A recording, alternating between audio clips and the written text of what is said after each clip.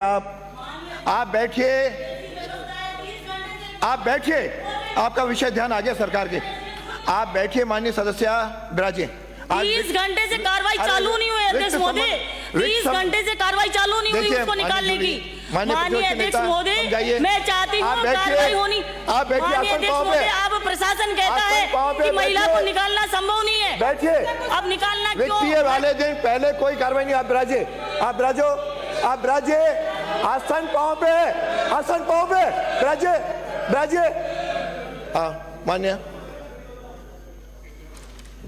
माननीय अध्यक्ष महोदय, मैं आपकी अनुमति से कार्यसूची में किए गए उल्लेख के अनुसार नगरीय विकास विभाग की 26 अधिसूचनाएं सदन की मेज पर रखता हूं। श्री हीरालाल नागर।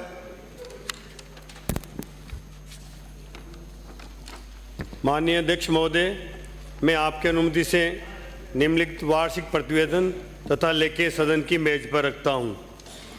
वार्षिक प्रतिवेदन श्रीमती दिया कुमारी। महोदय, मैं आपकी अनुमति से पश्चिम राज्य वित्त आयोग राजस्थान का प्रतिवेदन 2020-25 के लिए तथा उस पर की गई कार्रवाई विवरण का ज्ञापन सदन की मेज पर रखती हूं। श्री गजेंद्र सिंह।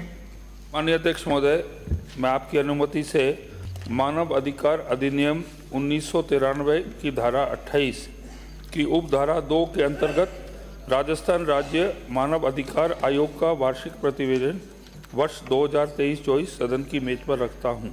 श्री मदन दिलावर।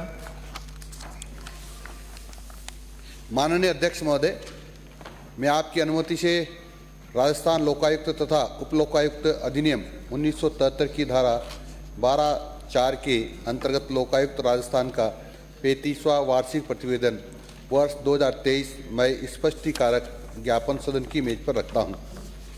श्री कन्हैयालाल। महोदय, मैं आपकी अनुमति से राजस्थान जल विकास निगम के मेमोरेंडम ऑफ आर्टिकल के नियम 114 के अंतर्गत राजस्थान जल विकास निगम लिमिटेड का 39वां वार्षिक प्रतिवेदन वर्ष 2022-23 सदन की मेज पर रखता हूं। श्री हीरालाल नागर। माननीय अध्यक्ष महोदय, मैं आपकी अनुमति से कार्यसूची में किए गए उल्लेख के अनुसार ऊर्जा विभाग की 2 अधिसूचनाएं सदन की मेज पर रखता हूं। आय व्यय अनुमान वर्ष 2024-25 का उपस्थापन।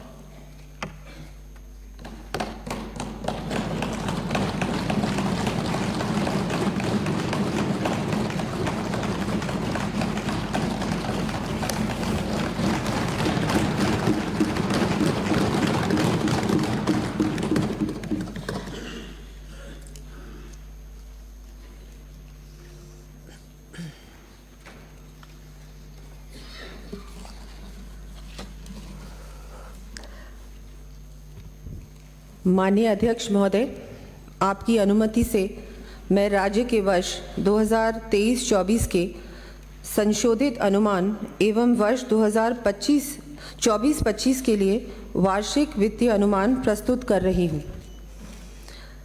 प्रदेश की जनता ने हमारी जन कल्याण की भावना में आस्था रख भ्रष्टाचार मुक्त सुशासन स्थापित करने तथा राजस्थान को अग्रणी विकसित राज्य बनाने के संकल्प में विश्वास जताते हुए हमें जनादेश प्रदान किया है।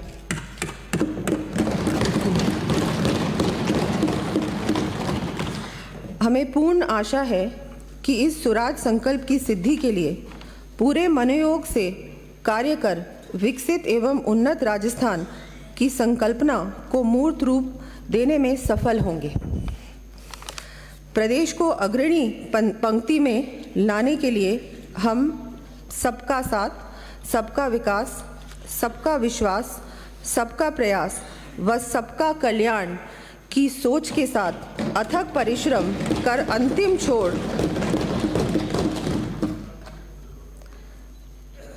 अंतिम छोर तक खड़े व्यक्ति के चेहरे पर मुस्कान लाने का सतत प्रयास करेंगे। प्रसिद्ध कवि शिव मंगल सिंह सुमन की पंक्तियों से प्रेरणा लेकर हम सार्थक प्रयास का संकल्प लेते हैं। गति प्रबल पैरों में भरी, फिर क्यों रहूं दर दर खड़ा, जब आज मेरे सामने है बड़ा। है, चलना हमारा।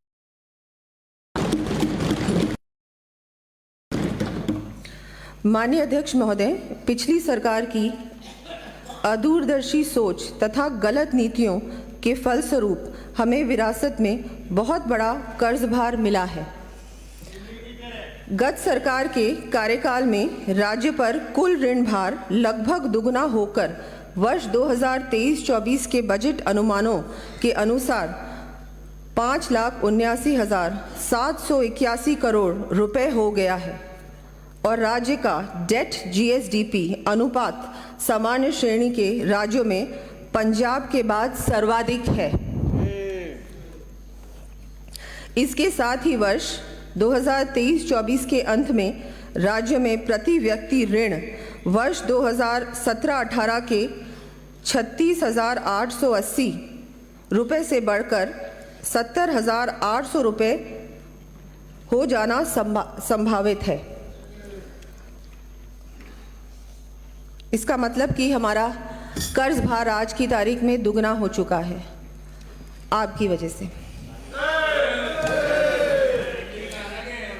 पिछली सरकार के कार्यकाल में लिए गए 2,24,392 करोड़ रुपए के ऋण में से मात्र 93,577 करोड़ रुपए का पूंजीगत व्यय किया गया।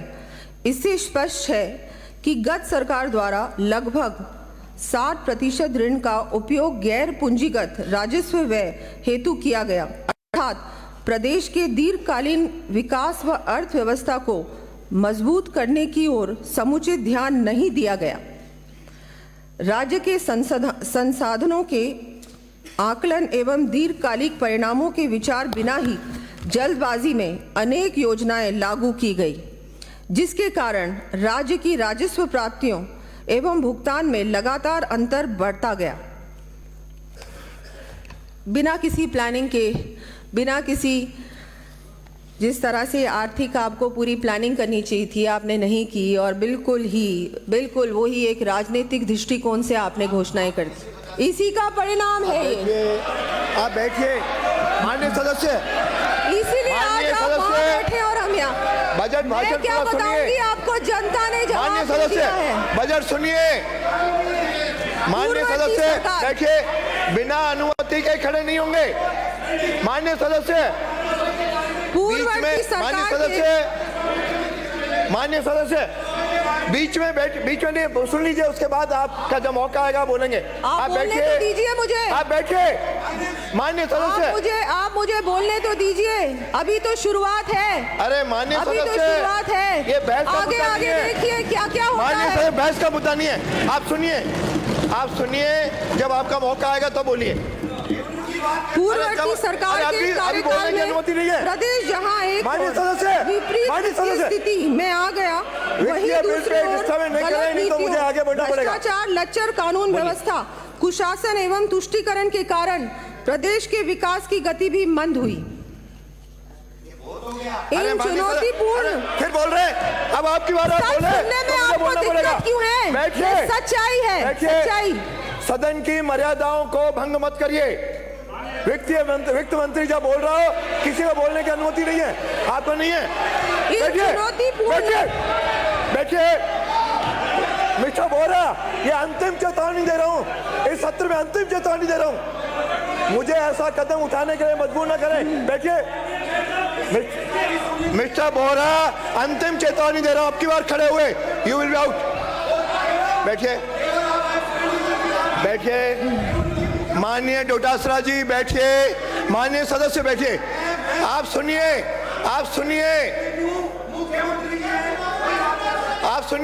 इन चिंतापूर्ण परिस्थितियों का सामना करते हुए आप सुनिए, उसके बाद जब आपका मौका आएगा तो बोलिए।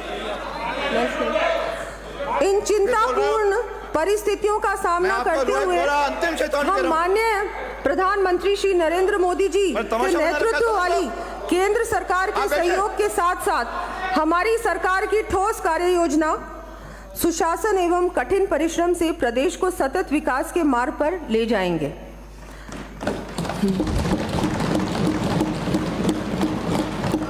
मैं माननीय सदन को यह भी आश्वस्त करना चाहूँगी कि राजस्थान को विकसित, समृद्ध, सशक्त एवं खुशहाल प्रदेश बनाने के लिए किसी भी प्रकार के संसाधनों की कमी नहीं आने दी जाएगी, क्योंकि अब डबल इंजन की सरकार है राजस्थान में। मैं यहाँ सम्मानित सदन को माननीय प्रधानमंत्री श्री नरेंद्र मोदी जी का कथन याद दिलाना चाहूंगी। माननीय सदस्य बीच में खड़े होने की, आप बोलिए, पहले सुनिए, आपको सुनने के लिए जब टिप्पणी आए, जब आपका बहस का नाम आए तब बोलना। हाँ, तब बोलना, मना नहीं है। जब बहस होगी, मैं यहाँ सम्मानित सदन को माननीय प्रधानमंत्री श्री नरेंद्र मोदी जी का कथन याद दिलाना चाहूंगी। पहले कहा जाता था कि इस देश के किसानों की एवं गरीबों की 3 आधारभूत आवश्यकताएं हैं: बिजली, पानी और सड़क। हमने इसमें 2 और चीजों को जोड़ दिया, शिक्षा और स्वास्थ्य। और इन 5 चीजों को प्राथमिकता दी जाए और उन्हें सर्वसुलभ किया जाए तो रोजगार अपने आप पैदा होगा और भावी पीढ़ियों के कल्याण के लिए मजबूत आधार का निर्माण होगा। इसलिए आज हिंदुस्तान के कोने कोने में एक ही मंत्र गूंज रहा है: सबका साथ, सबका विकास, सबका विश्वास और सबका प्रयास। हम इस मंत्र को लेकर विकास को नई ऊंचाइयों पर पहुंचाने का प्रयास कर रहे हैं। बैठे बैठे हमने प्रदेश की जनता को, बैठे बोलेंगे तो ये भी बोलेंगे। हमने प्रदेश की जनता को दिए अपने आश्वासन और माननीय प्रधानमंत्री जी की गारंटियों को लागू करने की दिशा में त्वरित गति से कार्य करना प्रारंभ कर दिया है। माननीय मुख्यमंत्री जी ने समस्त गरीब परिवारों की महिलाओं को 450 रुपये में LPG सिलेंडर देकर इस संकल्प को लागू कर लगभग 73 लाख परिवारों को राहत प्रदान की है। हमने ज़रूरतमंद व्यक्ति को कम कीमत पर गुणवत्तापूर्ण पौष्टिक भोजन उपलब्ध करवाने की दृष्टि से पूर्व में दिए जा रहे 450 ग्राम भोजन की मात्रा को बढ़ाकर श्री अन्नपूर्णा रसोई के माध्यम से 600 ग्राम भोजन देने का निर्णय किया है।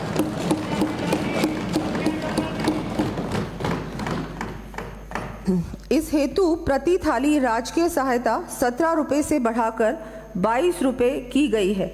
इस योजना के लिए लगभग 350 करोड़ रुपए वार्षिक व्यय होगा। हमारी सरकार आधारभूत संरचना के विकास, दूर दराज के क्षेत्रों विशेषकर ग्रामीण क्षेत्रों में चिकित्सा, शिक्षा, रोजगार आदि सुविधाओं की पहुंच तथा वंचित वर्गों हेतु अतिरिक्त सहायता, सामाजिक सुरक्षा पर समान रूप से ध्यान देकर प्रदेश के प्रत्येक व्यक्ति के जीवन में खुशहाली लाने का कार्य करेगी। गत सरकार ने राजनीति से प्रेरित होकर प्रदेश के लाडपुरा, नसीराबाद, सिवाना, आहोर, डग, मालपुरा, गोगुंदा जैसे कई इलाकों क्षेत्रों के लिए कोई योजना स्वीकृत ही नहीं की।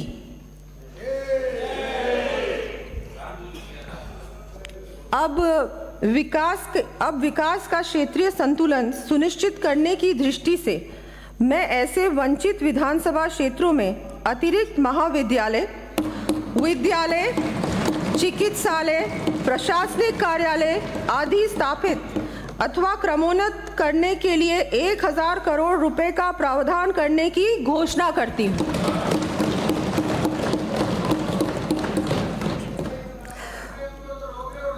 प्रदेश की अर्थव्यवस्था को सुदृढ़ करने के लिए सड़कों का नेटवर्क रीढ़ की हड्डी की भूमिका निभाता है। सड़कों के उन्नयन एवं निर्माण में भी क्षेत्रीय भेदभाव स्पष्ट रूप से दिखाई देता है। अतः इस भेदभाव का निदान करने के लिए स्टेट रोड फंड में 1500 करोड़ रुपए का अतिरिक्त प्रावधान करने की घोषणा करती हूँ। पिछली सरकार के संपूर्ण कार्यकाल के दौरान कुप्रबंधन एवं भ्रष्टाचार के चलते राज्य में लगातार बिजली संकट की स्थिति बनी रही। ये आपने छोड़ा है हमारे लिए, हम इसको ठीक करेंगे पूरी तरह से। कुप्रबंधन आपका, ये हमको मिला है विरासत में, 5 साल का कुप्रबंधन। अरे आपके मंत्री पढ़ रही हैं भाई।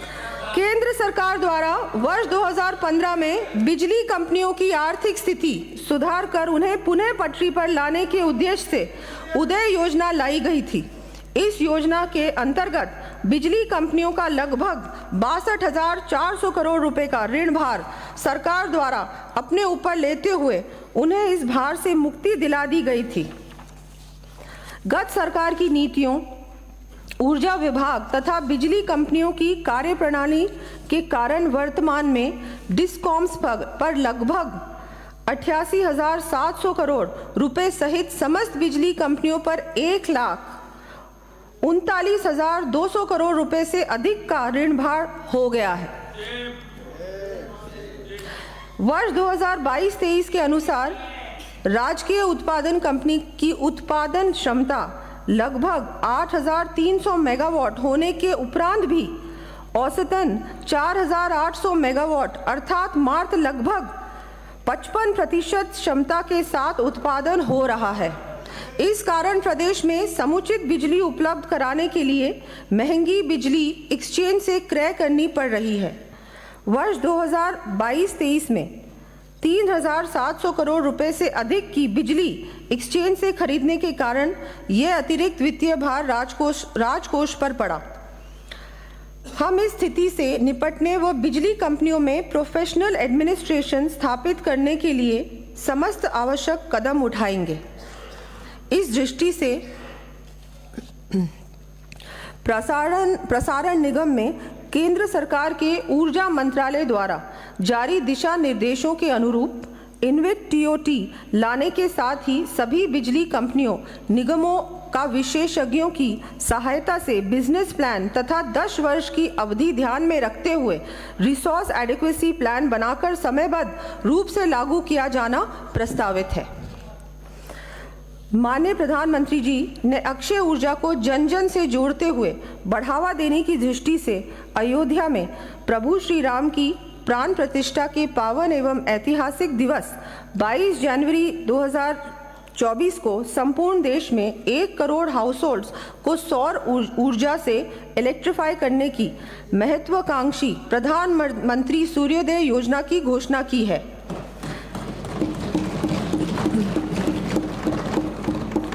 जैसा कि विदित है, राजस्थान में सोलर इंसोलेशन देश में सर्वाधिक है। ऐसी स्थिति में इस योजना का लाभ प्रदेशवासियों को अधिकाधिक प्राप्त हो, इस हेतु ऊर्जा विभाग में पीएमयू प्रोजेक्ट मॉनिटरिंग यूनिट का गठन कर 5 लाख से अधिक घरों पर सोलर प्लांट स्थापित करने का लक्ष्य रखा जाना प्रस्तावित है, जिससे ऐसे परिवारों को प्रति माह 300 यूनिट तक बिजली निःशुल्क मिल सकेगी।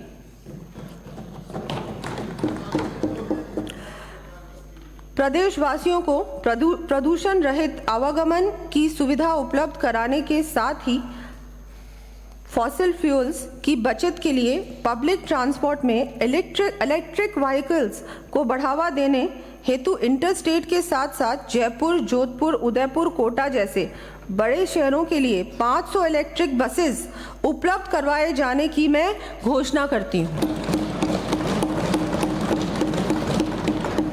साथ ही जयपुर शहर की ट्रैफिक कंजेशन संबंधी समस्याओं का निदान करने की दृष्टि से जयपुर मेट्रो का विस्तार टॉक रोड के साथ सीतापुरा, अंबाबाड़ी से होते हुए विद्याधर नगर तक के रूट पर करने के लिए डीपीआर तैयार करवाई जाएगी।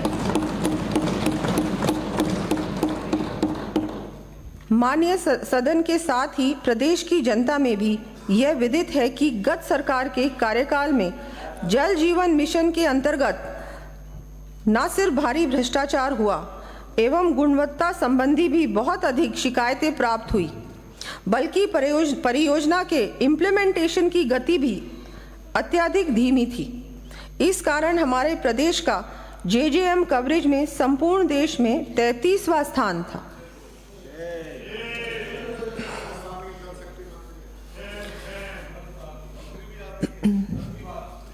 आप लोग इम्प्लीमेंट नहीं करना चाहते थे। साफ साफ बात तो यही है ना। आप बजट भाषण जब हम परियोजना का कार्य पूर्ण है, आप सुनिए। आप मुझे बोलने तो दीजिए। सदस्य इतने बौखला क्यों रहे? मेरा काम है, मेरा काम मुझे करने दीजिए।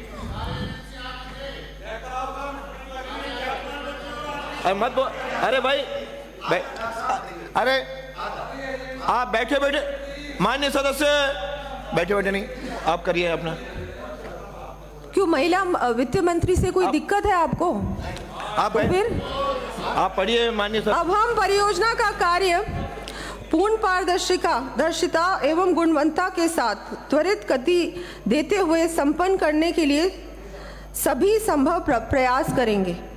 इस क्रम में योजना के अंतर्गत आगामी वर्ष 25 लाख ग्रामीण परिवारों को नल से जल उपलब्ध कराया जाएगा। इस कार्य हेतु लगभग 15,000 करोड़ रुपए व्यय किया जाना प्रस्तावित है।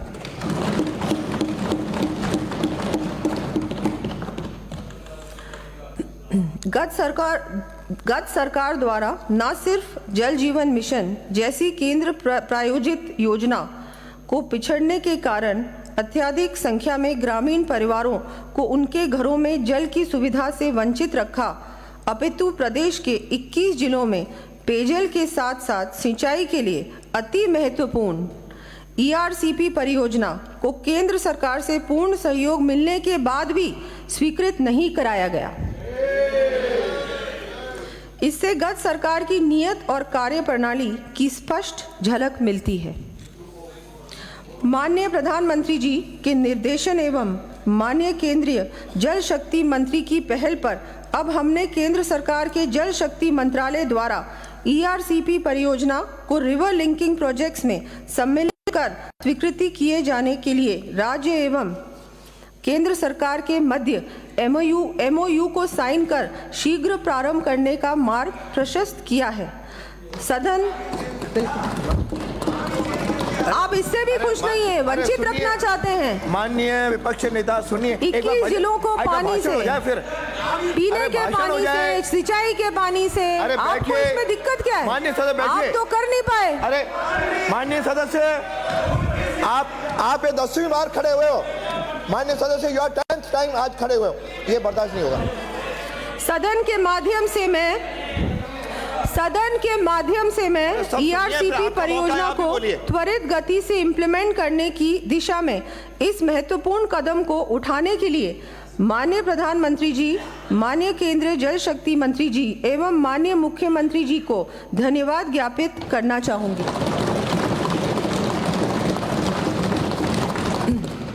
इस महती परियोजना के लिए हम स्टेट शेयर समयबद्ध रूप से उपलब्ध कराना सुनिश्चित करेंगे। हमने वैसे परियोजना को और बढ़ाया है, 21 जिलों को इससे लाभ मिलेगा। ये तो मुझे लगता है इतनी बड़ी बात है, आपको तो खुश होना चाहिए। आपको इससे आपत्ति? आपका जो मौका है बोलना ना, मना थोड़ी है। जनता देख रही है, जनता देख रही है। माननीय धारीवाल जी, जब आपका मौका है आपको बोलने देंगे। आप बैठिए, आपका जब भी मौका आए आपको बोलने देंगे नियमों के अनुसार। अभी इनका भाषण सुनिए।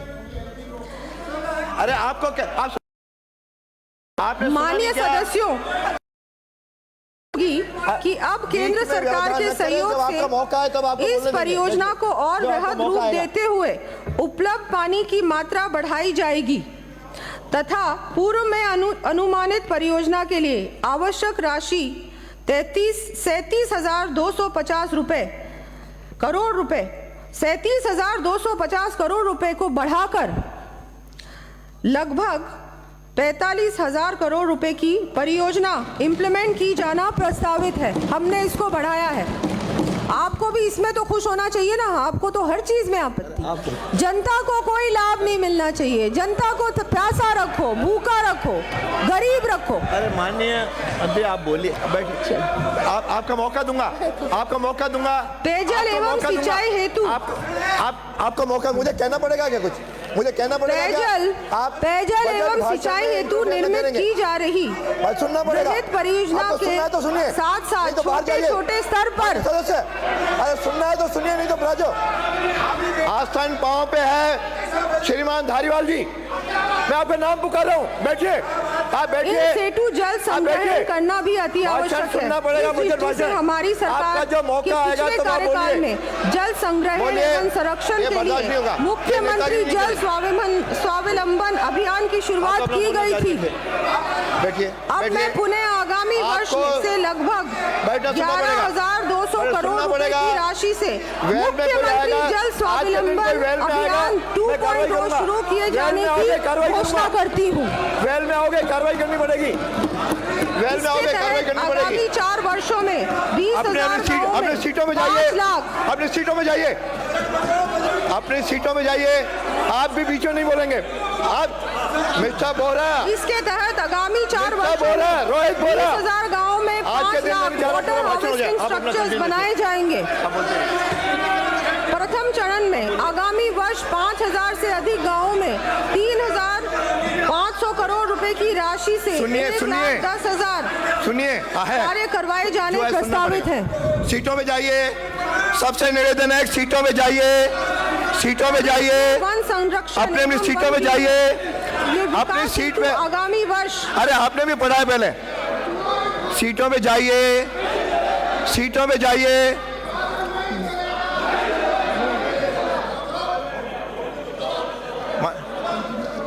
आप एक मिनट मुख्यमंत्री जी कुछ कहना बैठ। माननीय अध्यक्ष जी मैं आग्रह करना चाहता हूं कि एक महिला बजट पढ़ रही है,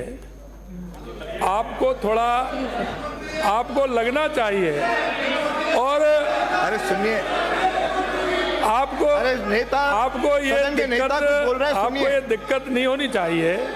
आप बैठिए। पहले सुनिए। बैठिए। आप मर्यादा बैठिए, की बात- कृपया बैठिए। कृपया बैठिए। आप मर्यादा की बात करते हैं, थोड़ा मर्यादा में हमको भी बैठे बैठे बोलेंगे। देखना चाहिए। देखिए ये बजट है, ये कोई बहस नहीं है। और मैं आपसे ये कह रहा हूं कि एक महिला बजट पढ़ रही है, आपको उसका प्रोत्साहन करना चाहिए, ऐसे नहीं। अरे बैठिए। सदन के नेता जब खड़े हो आप, हाँ मैं दूंगा। मैं माननीय सदन के नेता से कहना चाहूंगा माननीय मंत्री जी कि नहीं पर हमें महिला के बजट पढ़ने से कोई ऐतराज नहीं है, और महिला भी हमारे प्रदेश की उप मुख्यमंत्री हैं। आप महिला क्यों कह रहे हैं? आधी आबादी का नेतृत्व कर रही है। मैं दूसरी बात और कहना चाहता हूं। माननीय वित्त मंत्री हैं, हम तो हमारी माननीय वित्त मंत्री हैं, इसीलिए मैं आपसे कह रहा हूं माननीय कि महिला वित्त मंत्री हैं और वो बजट पढ़ रही हैं, आपको थोड़ा शांति से बजट को सुनना चाहिए।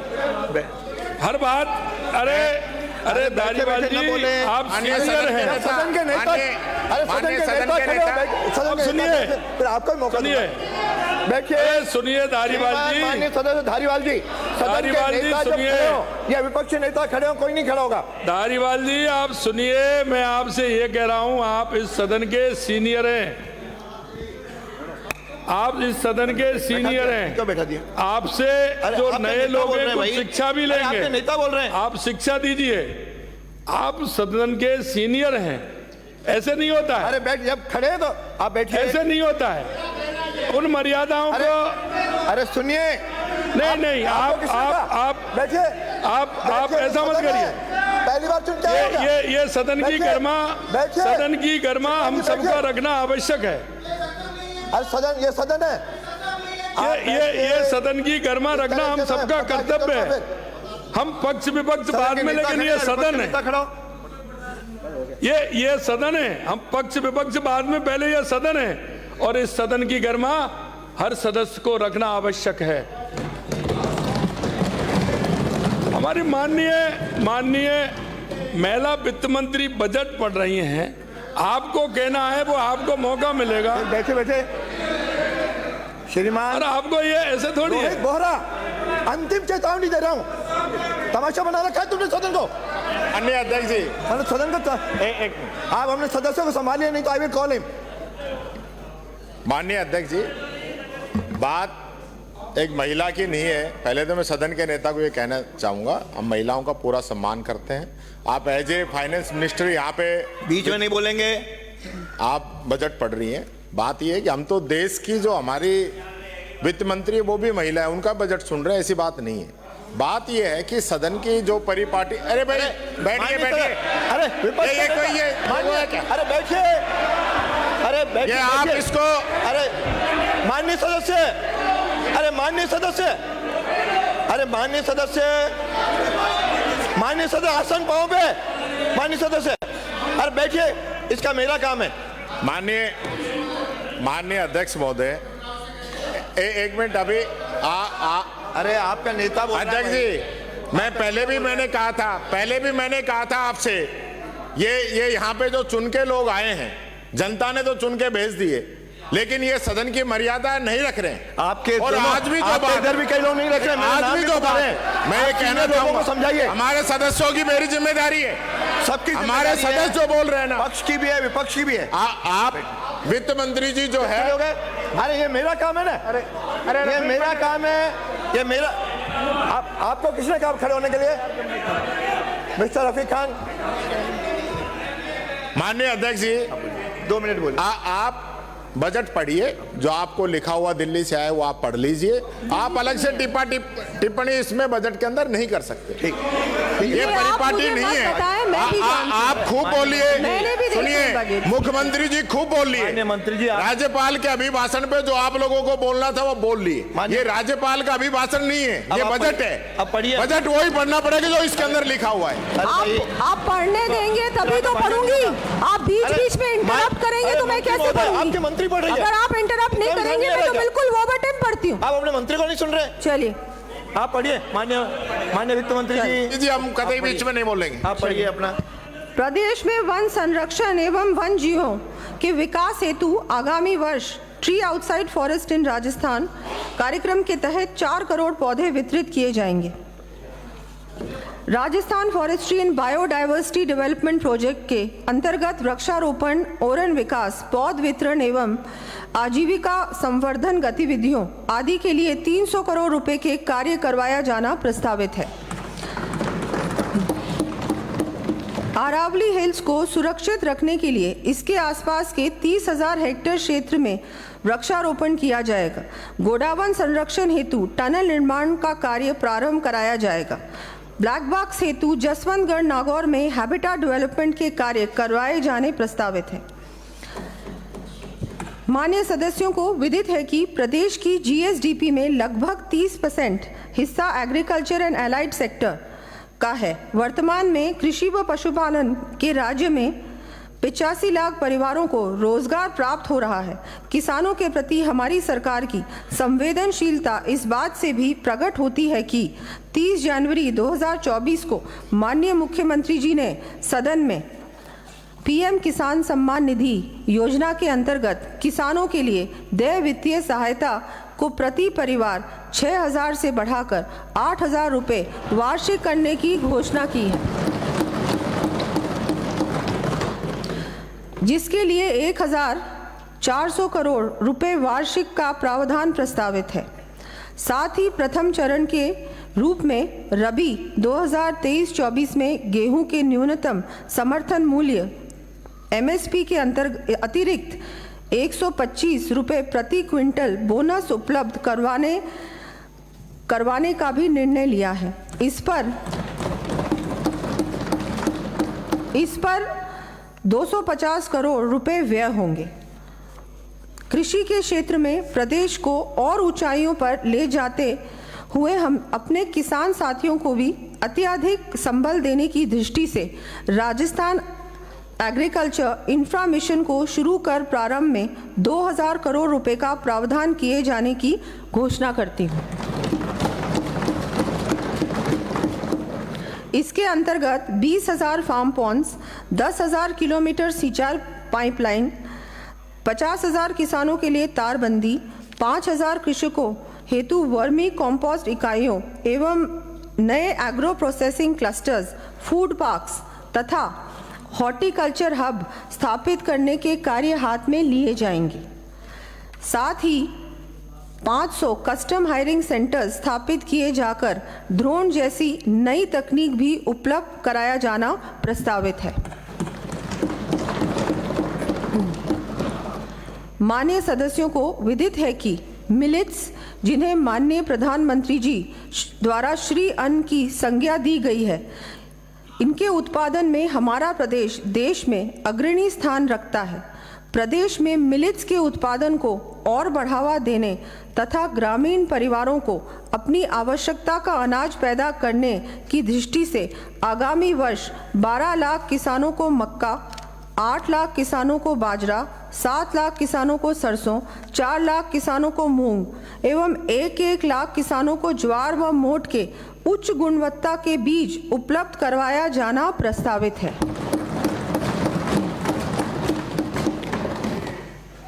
ग्रामीण अंचल में निवासरत परिवार अपनी आजीविका के लिए कृषि के साथ साथ डेयरी उत्पादन पर भी अत्यधिक निर्भर है।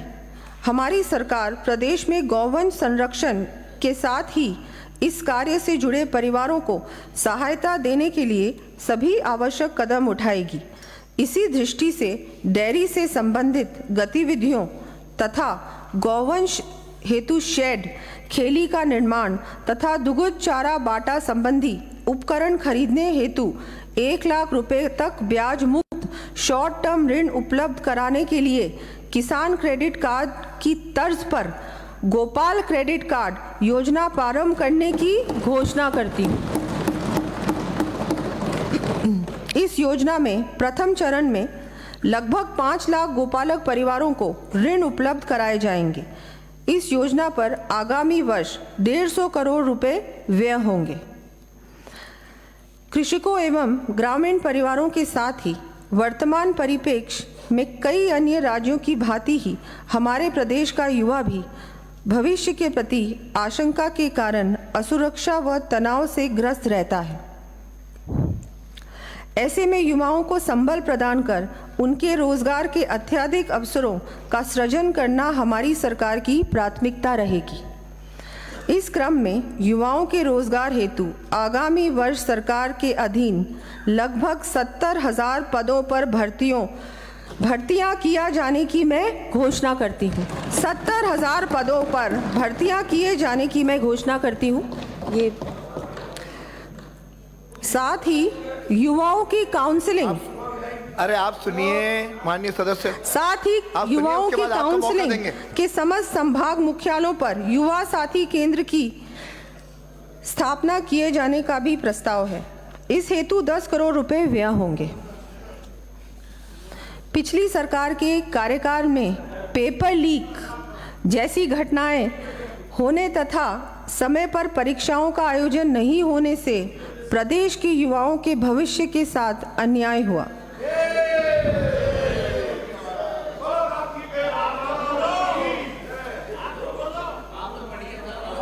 आप कंटिन्यू। इससे युवाओं में गहरा असंतोष है। हमने सरकार बनाते ही पेपर लीक जैसी घटनाओं की रोकथाम एवं दोषियों को सजा दिलाने के लिए स्पेशल इन्वेस्टिगेशन टीम का गठन कर कार्रवाई प्रारंभ कर दी है। युवा हमारे प्रदेश के कर्णधार हैं। उनके भविष्य को सुरक्षित रखने की दृष्टि से उन्हें एम्प्लॉयबल बनाना हमारी प्राथमिकता है। इसके लिए प्रत्येक संभाग में रोजगार मेलों तथा उच्च शिक्षण संस्थानों में कैंपस प्लेसमेंट के आयोजन के साथ साथ स्किल डेवलपमेंट ट्रेनिंग प्रोग्राम्स कराए जाएंगे। भर्ती परीक्षाएं समयबद्ध आयोजित कराने के लिए राजस्थान लोक सेवा आयोग, राजस्थान कर्मचारी चयन बोर्ड आदि का वार्षिक भर्ती परीक्षा कैलेंडर जारी किया जाएगा। मुख्यमंत्री पर्यटन कौशल विकास कार्यक्रम प्रारंभ कर आगामी 2 वर्षों में 20,000 युवाओं एवं लोक कलाकारों को गाइड हॉस्पिटैलिटी पारंपरिक कला संबंधी प्रशिक्षण दिया जाकर एम्प्लॉयबल बनाया जाएगा। माननीय अध्यक्ष महोदय, मानव क्षमता के उन्नयन, न्याय संगत और न्यायपूर्ण समाज के लिए के निर्माण तथा राष्ट्रीय विकास में शिक्षा के महत्व को देखते हुए केंद्र सरकार द्वारा राष्ट्रीय शिक्षा नीति 2020 लाई गई। हम प्रदेश में स्कूल शिक्षा, उच्च शिक्षा तथा तकनीकी शिक्षा को इस फॉरवर्ड लुकिंग नीति के अनुसरण में गुणवत्तापूर्ण बनाएंगे।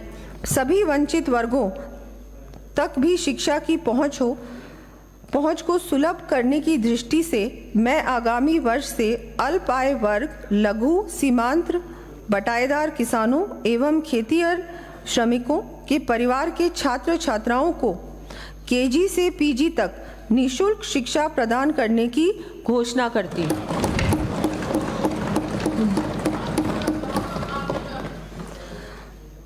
प्रदेश की राजकीय शिक्षण संस्थाओं में शिक्षा एवं शिक्षण का बेहतर वातावरण उपलब्ध कराने की दृष्टि से भवनों के रिपेयर, कक्षों एवं बालिका टॉयलेट्स के निर्माण तथा विभिन्न विभागों के अंतर्गत संचालित हॉस्टल्स एवं रेजिडेंशियल स्कूल्स में सुविधाओं के उन्नयन तथा रिपेयर व मेंटेनेंस कार्यों हेतु 250 करोड़ रुपए का प्रावधान प्रस्तावित है। आर्थिक रूप से कमजोर परिवार के छात्र छात्राएं विद्यालय में हीन भावना से ग्रस्त न हो तथा उन्हें भी शिक्षा हेतु आवश्यक स्कूल बैग, किताबें तथा यूनिफॉर्म उपलब्ध हो सके, इस दृष्टि से राजकीय विद्यालयों में पढ़ने वाले कक्षा 1 से 8वीं तक के समस्त विद्यार्थियों तथा कक्षा 9 से 12वीं तक की छात्राओं को आगामी वर्ष प्रति विद्यार्थी 1000 रुपये की सहायता प्रदान किए जाने की मैं घोषणा करती हूँ। इस प्रकार लगभग 70 लाख विद्यार्थी लाभान्वित हो सकेंगे। प्रदेश में युवाओं की ऊर्जा एवं उनके out of the box ideas का समाज, प्रदेश एवं देश की उन्नति में सार्थक योगदान हो तथा इसके साथ ही उन्हें अपने सपने साकार करने के समुचित अवसर मिले, इस दृष्टि से जयपुर, बीकानेर, भरतपुर एवं उदयपुर में Atal innovation studio and accelerators की स्थापना करने की घोषणा करती हूँ। इन एक्सेलरेटर्स में software coding, robotics fab lab एवं मल्टीमीडिया VFX संबंधी विश्व स्तरीय सुविधाएं उपलब्ध होंगी। इस हेतु 1000 करोड़ रुपए व्यय होंगे। आज देश के बड़े शहरों में जहां एक ओर बढ़ती आबादी के कारण आवश्यक सुविधाओं पर अत्यधिक दबाव पड़ रहा है, वहीं दूसरी ओर युवाओं को रोजगार की समस्या का सामना भी करना पड़ रहा है। इसके समाधान के लिए कई राज्यों ने सैटेलाइट सिटी विकसित कर सफलता प्राप्त की है। उदाहरण के लिए मुंबई के निकट पुणे, हैदराबाद के निकट साइबराबाद एवं अहमदाबाद के निकट गिफ्ट सिटी की यूटिलिटी और सक्सेस से सभी अवगत है। माननीय प्रधानमंत्री जी द्वारा लाए गए गति शक्ति कार्यक्रम के तहत केंद्र सरकार भी इस हेतु सहायता उपलब्ध कराती है। हमारे प्रदेश में जयपुर शहर 40 लाख से अधिक आबादी के साथ इस समस्या से जूझ रहा है।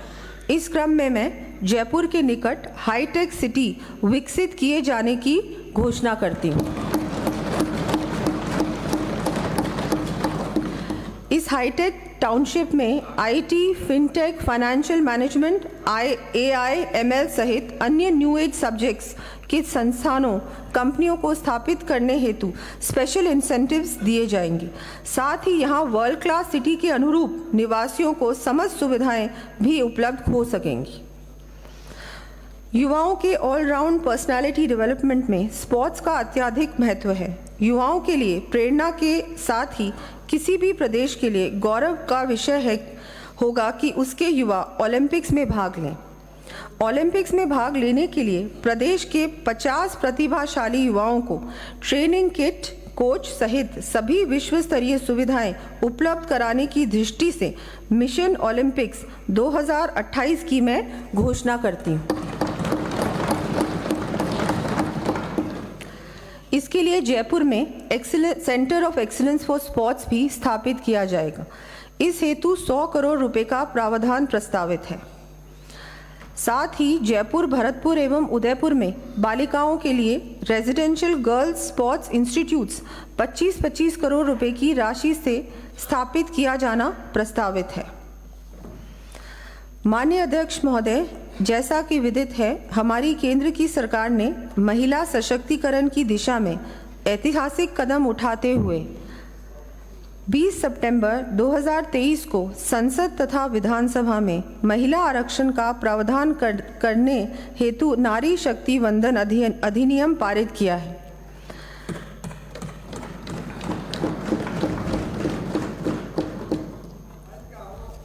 इसमें भी महिलाओं को खुशी नहीं है। अब यह हमारा दायित्व है कि बालिकाओं को प्रारंभ से ही अरे माननीय सदस्य, अब यह हमारा दायित्व है कि बालिकाओं को प्रारंभ से ही समुचित शिक्षा एवं संबल प्राप्त हो, जिससे वह उन्नति के पथ पर अग्रसर होकर समाज देश की प्रगति में अपना योगदान दे सकें। इसी दिशा में एक और कदम बढ़ाते हुए गरीब परिवारों की बालिकाओं के जन्म पर 1 लाख रुपए का सेविंग बॉन्ड प्रदान करने हेतु लाडो प्रोत्साहन योजना प्रारंभ किए जाने की मैं घोषणा करती हूँ।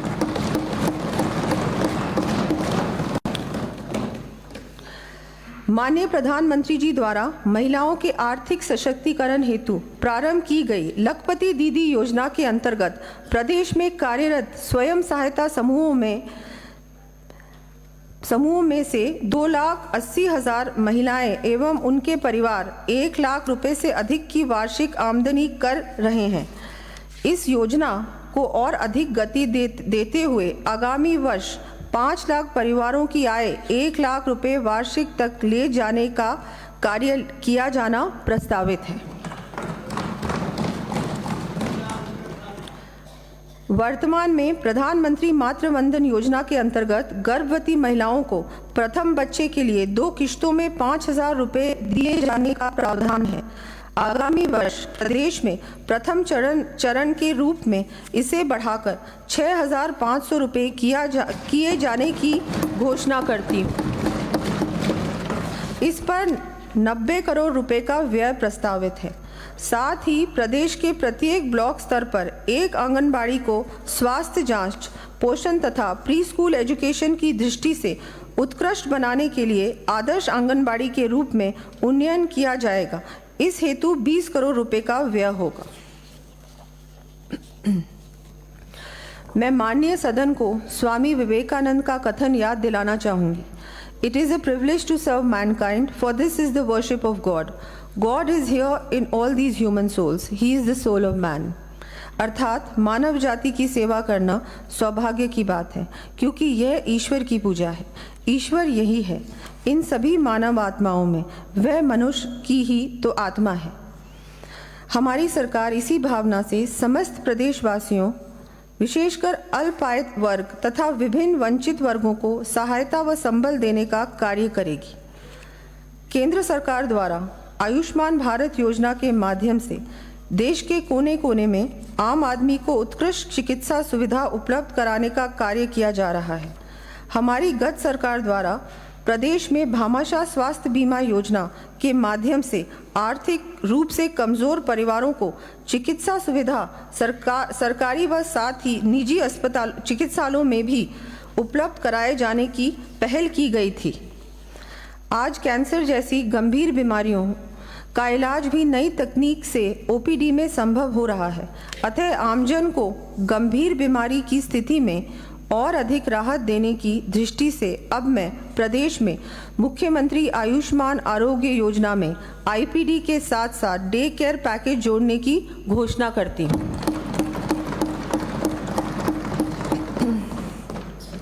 प्रदेश में तृतीय चरण में 4,875 करोड़ रुपए की लागत से स्थापित किए जाने वाले 15 मेडिकल कॉलेजों की स्वीकृति जारी होने के पश्चात भी विगत सरकार द्वारा कार्य न केवल अत्यधिक विलंब से शुरू किए गए, बल्कि कार्य करने की गति भी बहुत धीमी रही।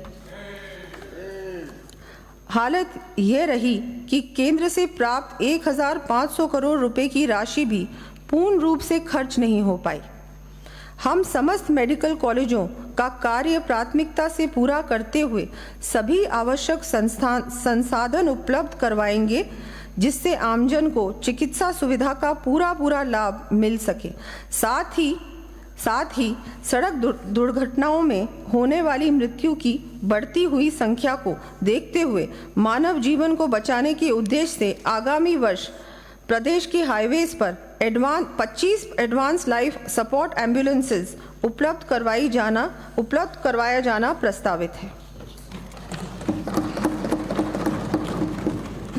भारतीय चिकित्सा पद्धतियों को आमजन के स्वास्थ्य लाभ की दृष्टि से प्रोत्साहन देने के लिए केंद्र सरकार द्वारा आयुष मिशन की स्थापना कर कार्य को गति दी गई थी। अंतर्राष्ट्रीय योग दिवस 21 जून 2024 के अवसर पर ब्लॉक स्तर तक बृहद रूप से आयोजन किए जाएंगे तथा प्रदेश में आयुष कार्यक्रम के संचालन के लिए आगामी वर्ष लगभग 250 करोड़ रुपए का प्रावधान प्रस्तावित है। मान्य सदस्यों को विदित है कि 30 जनवरी 2024 को सदन में माननीय मुख्यमंत्री जी द्वारा जरूरतमंदों के लिए 1500 रुपये मासिक सामाजिक सुरक्षा पेंशन देने के हमारे संकल्प को पूरा करने की ओर एक और बड़ा कदम उठाते हुए प्रथम चरण में वर्तमान में देय 1000 रुपये मासिक पेंशन को बढ़ाकर आगामी वर्ष से 1150 रुपये करने की घोषणा कर दी गई है। इस हेतु आगामी वर्ष 1800 करोड़ रुपए का अतिरिक्त प्रावधान प्रस्तावित है।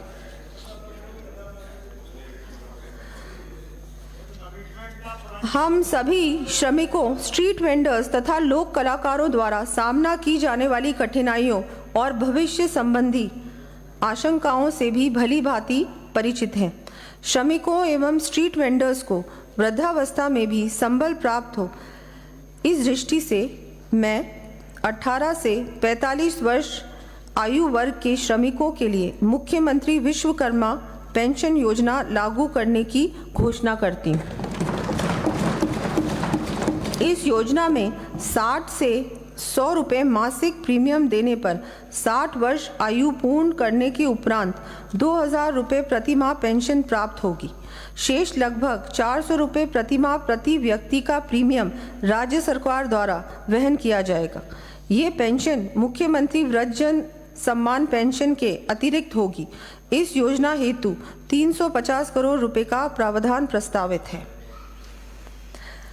इसके साथ ही प्रदेश के 60 से 80 वर्ष तक की आयु के वरिष्ठ नागरिकों को रियायती यात्रा सुविधा प्रदान करने के उद्देश्य से राज्य की सीमा में रोडवेज बसों के किराए में वर्तमान में दी जा रही 30% छूट को बढ़ाकर 50% किया जाना भी प्रस्तावित है।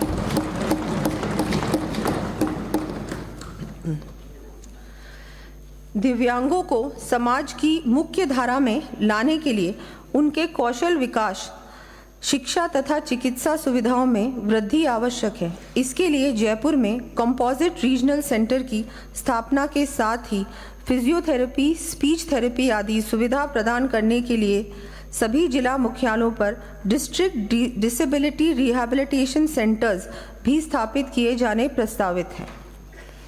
हमारे देश के महान स्वतंत्रता सेनानी लोकमान्य बाल गंगाधर तिलक ने कहा था, समस्या संसाधनों या क्षमता की कमी की नहीं है, किंतु इच्छा शक्ति की कमी की है। मैं सदन के माध्यम से प्रदेश की जनता को आश्वस्त करना चाहूँगी कि हमारी सरकार आमजन विशेषकर वंचित वर्गों के सर्वांगीण विकास के लिए दृढ़ इच्छा शक्ति से कार्य करेगी। जैसा कि मान्य सदस्यों को विदित है, ये सुनिश्चित करने के लिए कि कोई भी पात्र व्यक्ति अथवा परिवार सरकारी योजनाओं का लाभ लेने से वंचित ना रह जाए, इस उद्देश्य से माननीय प्रधानमंत्री जी की पहल पर प्रदेश भर में विकसित भारत संकल्प यात्रा शिविरों का आयोजन किया गया है। इसी क्रम में यह भी अति आवश्यक है कि हमारे पंचायती राज संस्थाएं एवं स्थानीय नगरीय निकाय मजबूती से प्रदेश के कोने कोने में बसे हर परिवार तक संबल पहुंचा सके। इस दृष्टि से इन ग्रासरूट डेमोक्रेटिक इंस्टीट्यूशंस को और अधिक सशक्त करने के लिए राज्य के शुद्ध कर आय की वर्तमान में निर्धारित SFC ग्रांट को 6.75% से बढ़ाकर आगामी वर्ष के लिए 7% करने की घोषणा करती हूँ। इस प्रकार वित्तीय वर्ष 2024-25 में इन इंस्टीट्यूशंस को 316 करोड़ रुपए की वृद्धि के साथ कुल अनुमानित ग्रांट 8,864 करोड़ रुपए मिल सकेंगे।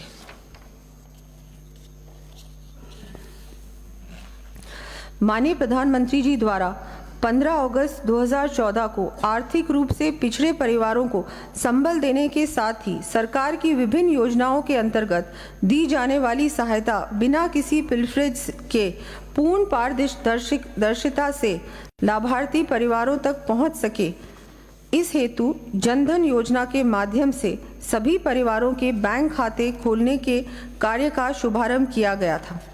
इसी क्रम में वर्ष 2015-16 में केंद्र सरकार के बजट के अंतर्गत JAM ट्रिनिटी अर्थात जनधन आधार मोबाइल को जोड़ते हुए डायरेक्ट बेनिफिट ट्रांसफर तथा डिजिटल पेमेंट की मजबूत नींव संपूर्ण देश में रखी गई।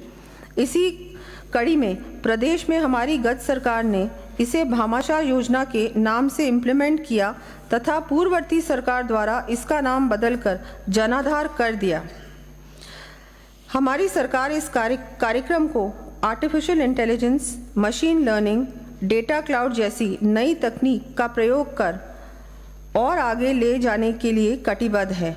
असहाय एवं ज़रूरतमंद परिवारों का smart system service management with artificial intelligence and real time system के माध्यम से स्वतः चिन्हीकरण कर उन्हें अवगत कराते हुए स्वीकृति एवं बेनिफिट ट्रांसफर को त्वरित पारदर्शी ऑनलाइन प्रक्रिया से करने के लिए राजस्थान अनुग्रह सेवा प्रादायिकी अधिनियम लाने की घोषणा करती हूँ। इस हेतु 150 करोड़ रुपए से अधिक IT आधारभूत संरचना का निर्माण किया जाना प्रस्तावित है। आमजन तक सरकारी सेवाओं का लाभ पहुंचाने में राजकीय कर्मचारियों की महती भूमिका को देखते हुए आगामी वर्ष कर्मचारियों को पदोन्नति के अतिरिक्त अवसर उपलब्ध करवाने के लिए DPC हेतु 2 वर्ष की छूट दिया जाना प्रस्तावित है। साथ ही कार्मिकों को वेतन तथा GPF संबंधी सभी सूचनाएं विवरण मोबाइल ऐप के माध्यम से ऑनलाइन उपलब्ध करवाए जाएंगे। रिटायरमेंट के बाद भी कार्मिकों को समस्याओं का सामना ना करना पड़े, इस दृष्टि से रिटायरमेंट डे पर ही पेंशन परिलाभों पर एवं पारिवारिक पेंशन की स्वीकृतियां ऑनलाइन जारी की जाएंगी। पेंशनर्स को घर से ही डिजिटल लाइफ सर्टिफिकेट प्रस्तुत करने की सुविधा प्रदान की जाएगी। Rajasthan government health scheme RGHS के अंतर्गत कार्मिकों एवं पेंशनर्स को कॉन्फिड के माध्यम से दवाइयों की डोरस्टेप डिलीवरी सुविधा प्रदान की जाएगी। राज्य में सुशासन स्थापित करने एवं जन कल्याणकारी योजनाओं के इम्प्लीमेंटेशन में मानदेय कार्मिकों तथा नगरीय निकायों व पंचायती राज संस्थाओं के जनप्रतिनिधियों की महती भूमिका को ध्यान में रखते हुए आगामी वर्ष समस्त मानदेय कर्मियों यथा मिनी आंगनबाड़ी कार्यकर्ता, सहायिका, आशा कार्यकर्ता, सहयोगिनी, माँ बाड़ी कार्यकर्ता, मिड डे मील कुक कम हेल्पर, लांगरी, होमगार्ड्स, रेक्सिको कर्मियों तथा नगरीय निकायों व पंचायती राज संस्थाओं के जनप्रतिनिधियों के मानदेय में 10% वृद्धि किए जाने की मैं घोषणा करती हूँ।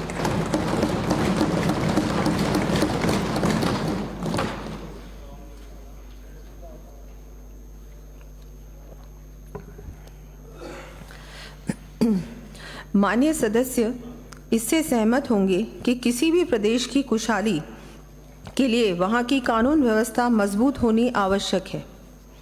राजस्थान की संपूर्ण देश में शांति प्रिय प्रदेश के रूप में विशिष्ट पहचान रही थी। गत सरकार के कार्यकाल में लच्चर कानून व्यवस्था एवं आपराधिक घटनाओं पर अंकुश लगाने में नाकामी के चलते नकल माफिया, बजरी माफिया आदि पनपने के साथ ही अपराधियों के हौसले भी बुलंद हुए तथा प्रदेश की छवि भी खराब हुई। इससे आपराधिक घटनाओं में लगातार बढ़ोतरी के साथ ही वर्ष 2020 से प्रदेश में महिलाओं के विरुद्ध अपराध, दुष्कर्म, बच्चों, SC/ST के विरुद्ध अपराधों की संख्या में भी निरंतर वृद्धि देखी गई।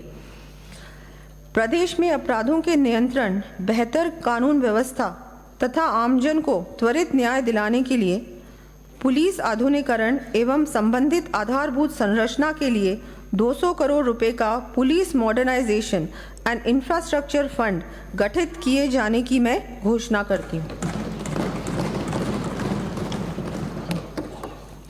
नवसृजित 34 पुलिस थानों में परिवादियों की त्वरित सुनवाई तथा सहयोग हेतु साइबर हेल्प डेस्क तैयार की जाएंगे। स्थानीय प्रशासन एवं विभिन्न एजेंसियों के समन्वय से हॉटस्पॉट क्षेत्रों में साइबर क्राइम नियंत्रण के लिए ठोस कार्य योजना बनाई जाएगी।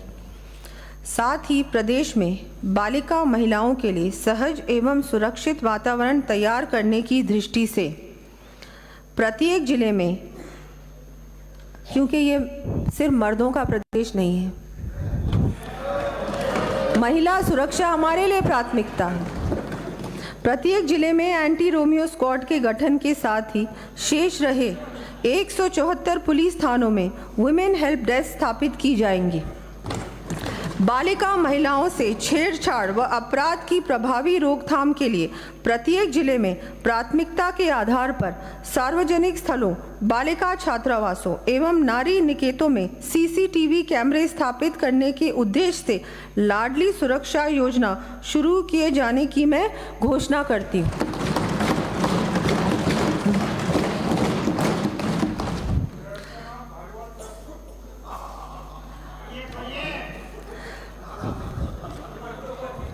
बालिकाओं को रानी लक्ष्मीबाई आत्मरक्षा प्रशिक्षण अभियान के तहत सेल्फ डिफेंस का प्रशिक्षण दिया जाता है। बालिकाओं को इस प्रशिक्षण को अधिक से अधिक संख्या में लेने हेतु प्रोत्साहित करने के लिए सेल्फ डिफेंस की उच्चतम श्रेणी ब्लैक बेल्ट को स्पोर्ट्स कोटा के अंतर्गत सम्मिलित करने की घोषणा भी करती हूँ। वर्ष 2008-9 में हमारी सरकार द्वारा वर्ष 1975-77 के दौरान आपातकाल के समय लोकतांत्रिक मूल्यों के लिए संघर्षरत व्यक्तियों को सम्मान एवं सहायता देने की दृष्टि से मीसा, DRI आदि बंदियों हेतु लोकतंत्र सेनानी सम्मान पेंशन योजना लागू की गई थी। गत सरकार ने इस योजना को वर्ष 2019 में बंद कर दिया। हमारी सरकार ने इस योजना को पुनः बहाल करते हुए 20,000 रुपये पेंशन एवं 4,000 रुपये चिकित्सा सहायता के रूप में दिए जाने का निर्णय लिया है। यह योजना सतत रूप से संचालित रहे तथा लोकतंत्र सेनानियों को सम्मान के साथ ही निर्बाध रूप से पेंशन प्राप्त होती रहे, इस दृष्टि से राजस्थान लोकतंत्र सेनानी सम्मान निधि अधिनियम लाया जाना प्रस्तावित है।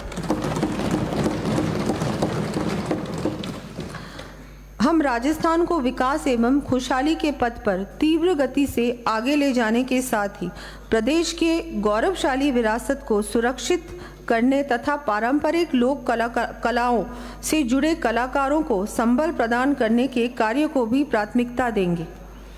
मान्य सदस्यों को जानकर आश्चर्य होगा कि गोविंद देव जी मंदिर जयपुर, मानगढ़ धाम बांसवाड़ा, मेहंदीपुर बालाजी दौसा, रणकपुर जैन मंदिर पाली, डिग्गी कल्याण जी टोंक, वेनेश्वर धाम डूंगरपुर, रामदेवरा जैसलमेर, तेजाजी मंदिर खरनाल नागौर, देवनारायण जी असीन भीलवाड़ा, मचकुंड धौलपुर, जल देवी मंदिर रेलमगरा राजसमंद जैसे असीम आस्था केंद्रों के सौंदर्यकरण, ब्यूटिफिकेशन एवं वहाँ सुविधाएं विकसित करने के लिए गत सरकार ने घोषणा तो की, किंतु हकीकत में कोई भी कार्य नहीं किया। अब मैं इन आस्था स्थलों के साथ साथ गोवर्धन परिक्रमा मार्ग पर स्थित पूछड़ी लोटा डीग, श्री बड़े मथुरेश जी कोटा, त्रिनेत्र गणेश जी रणथंभौर सवाई माधोपुर आदि को सम्मिलित करते हुए प्रदेश के ऐसे 20 मंदिरों आस्था केंद्रों के विकास कार्य आगामी वर्ष में 300 करोड़ रुपए की राशि से करवाए जाने की घोषणा करती हूँ।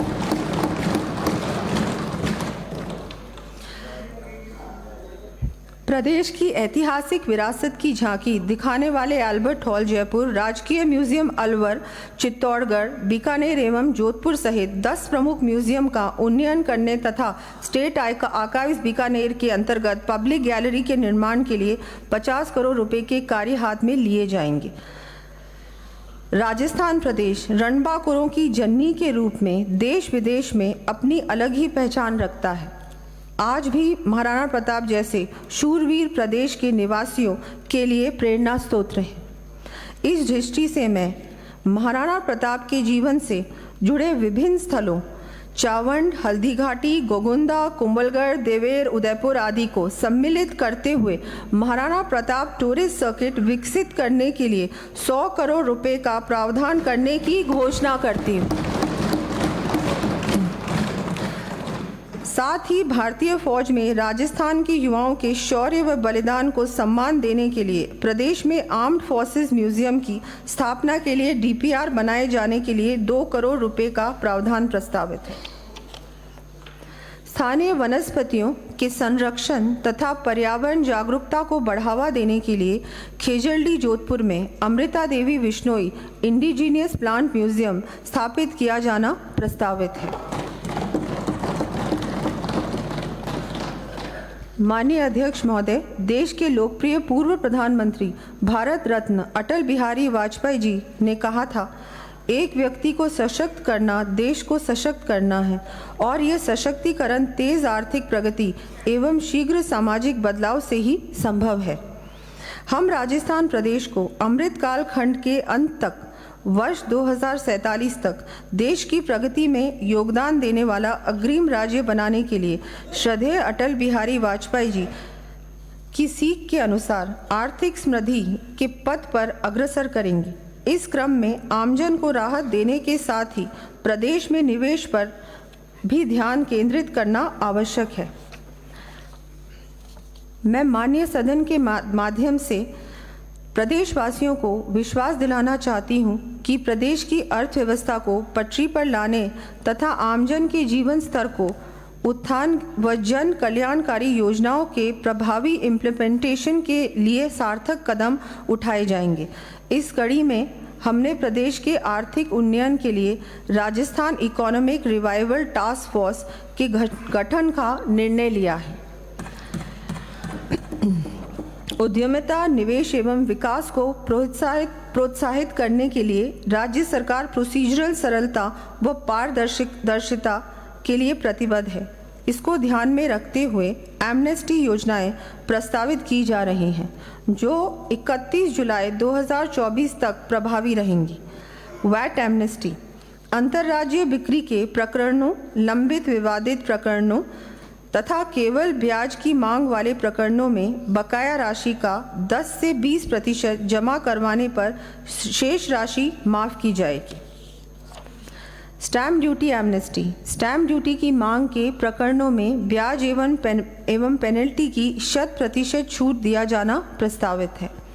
ट्रांसपोर्ट एमनेस्टी, वाहन स्वामियों को राहत प्रदान करने हेतु एमनेस्टी योजनाएं प्रस्तावित है, जो इस प्रकार है।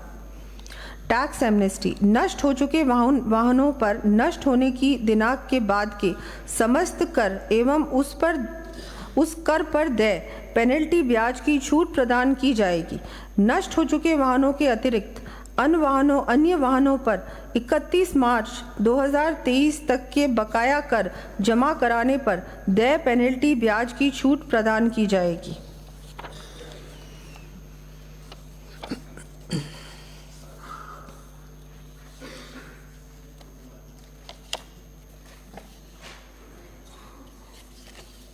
ई रवाना एमनेस्टी, खान विभाग से प्राप्त सूचना के आधार पर दर्ज ओवरलोडिंग अतिभरण के प्रकरणों में कंपाउंडिंग राशि में 96% तक छूट प्रदान की जाएगी।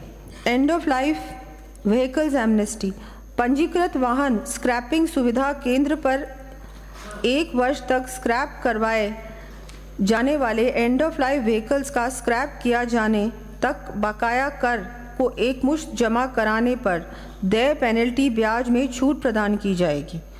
एनर्जी एमनेस्टी, 31 मार्च 2023 से पूर्व कटे हुए कनेक्शन वाले कृषि विद्युत उपभोक्ताओं द्वारा मूल बकाया राशि 6 बाई-मंथली किश्तों में जमा कराने व कृषि श्रेणी के अतिरिक्त अन्य श्रेणी के उपभोक्ताओं द्वारा संपूर्ण मूल बकाया राशि एकमुश्त जमा कराने पर उनकी समस्त ब्याज एवं पेनल्टी राशि माफ की जाएगी।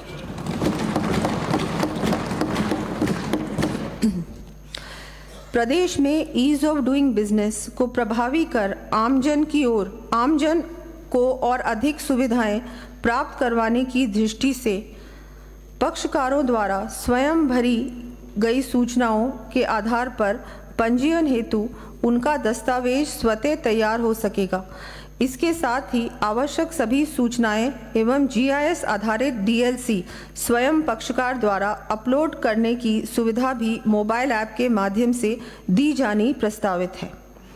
दस्तावेजों के ऑनलाइन एनीवेयर रजिस्ट्रेशन के कार्य को गति देने के लिए मौका निरीक्षण हेतु ऑनलाइन ऐप विकसित करते हुए क्वालिफाइड मौका निरीक्षकों को इम्पैनल करने की कार्रवाई की जाएगी।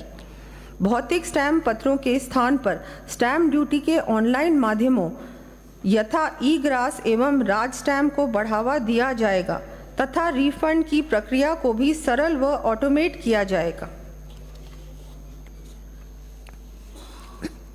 आमजन के साथ ही निवेशकों को अपनी परियोजना संबंधी पंजीयन कार्य के लिए दर दर नहीं भटकना पड़े, इस दृष्टि से टोल फ्री हेल्पलाइन के साथ ही सभी जिलों में चरणबद्ध रूप से 24/7 कार्य करने वाले आदर्श रजिस्ट्रेशन केंद्र स्थापित किए जाएंगे।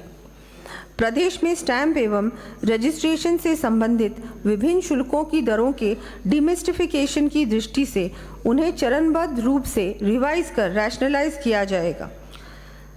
स्वच्छ व पारदर्शी प्रशासन के सिद्धांत की बेहतर पालना सुनिश्चित करने हेतु वाणिज्यिक कर तथा आबकारी विभागों में कार्यों की चरणबद्ध रूप से फेसलेस मैनेजमेंट की व्यवस्था की जाएगी। इस दृष्टि से प्रदेश में online integrated tax management system, integrated excise management system तथा जन आधार वॉलेट को और अधिक सुदृढ़ एवं व्यापक किया जाएगा। वर्तमान में परिवहन विभाग के द्वारा ई लाइसेंस एवं ई रजिस्ट्रेशन सर्टिफिकेट जारी करने की प्रक्रिया निर्धारित करने के बाद भी आमजन को स्मार्ट कार्ड के लिए राशि 200 रुपये का अतिरिक्त व्यय करना होता है। अब आमजन को इस अतिरिक्त व्यय से मुक्त करने के लिए स्मार्ट कार्ड व्यवस्था को समाप्त करते हुए ई ड्राइविंग लाइसेंस एवं ई रजिस्ट्रेशन सर्टिफिकेट की व्यवस्था लागू किया जाना प्रस्तावित है।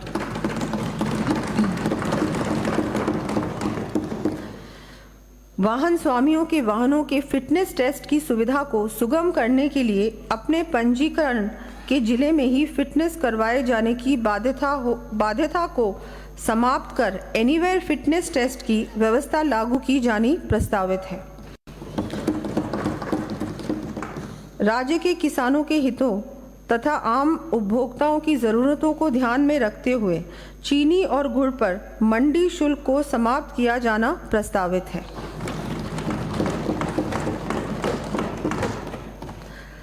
प्रदेश में गत सरकार द्वारा 19 नवंबर 2019 को पुनः भूमि पर लैंड टैक्स लगाने के कारण प्रदेश के उद्यमियों तथा निवेशकों को हुई कानूनी एवं वित्तीय समस्याओं का समाधान करने एवं उन्हें राहत देने की दृष्टि से मैं लैंड टैक्स समाप्त करने की घोषणा करती हूँ।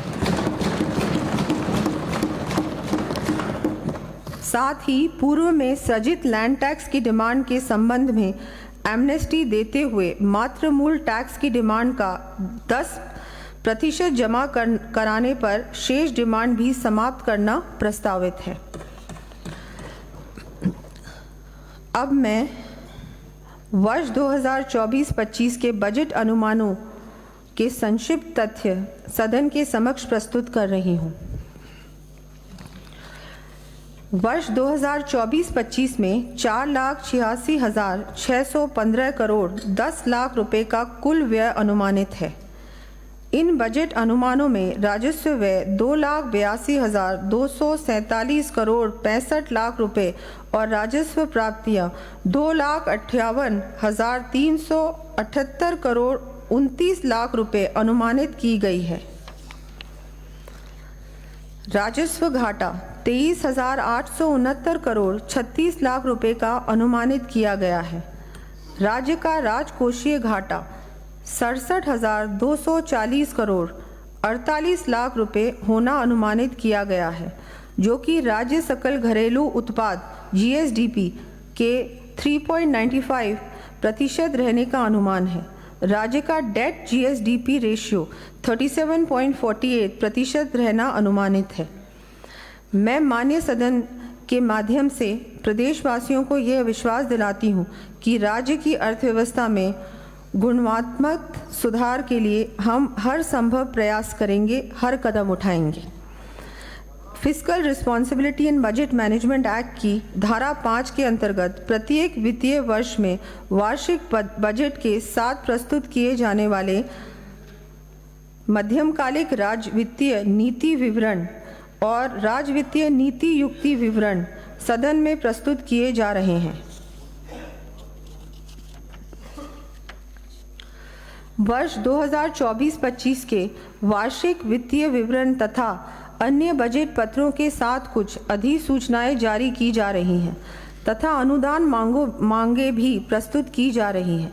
चूँकि आगामी लोकसभा चुनाव के कारण बजट प्रस्तावों पर विधानसभा में चर्चा कराकर 31 मार्च 2024 से पूर्व वार्षिक बजट पारित कराया जाना संभव नहीं है।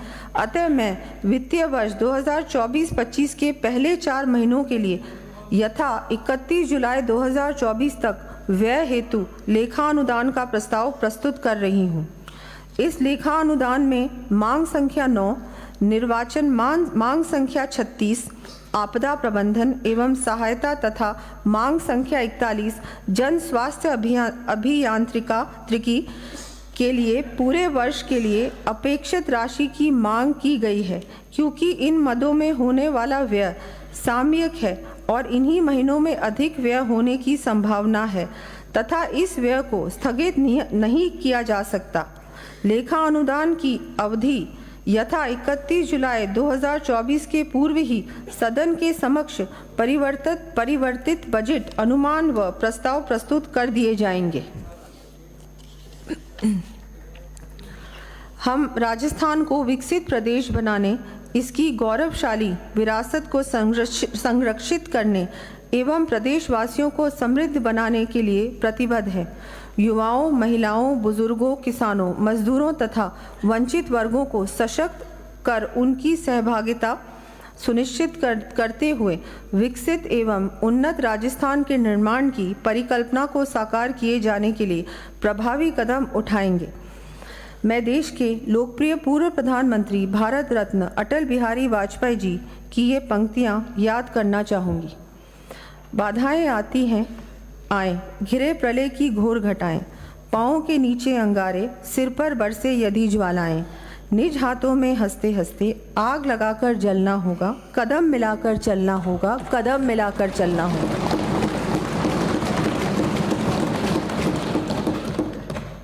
अब मैं लेखा अनुदान प्रस्तावों को स्वीकृत करने के अनुरोध के साथ माननीय सदन के समक्ष अनुमोदनार्थ प्रस्तुत करती हूँ।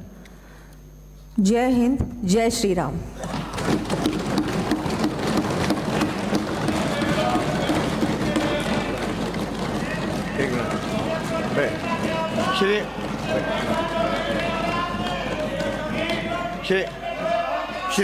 श्रीमती बैठिए।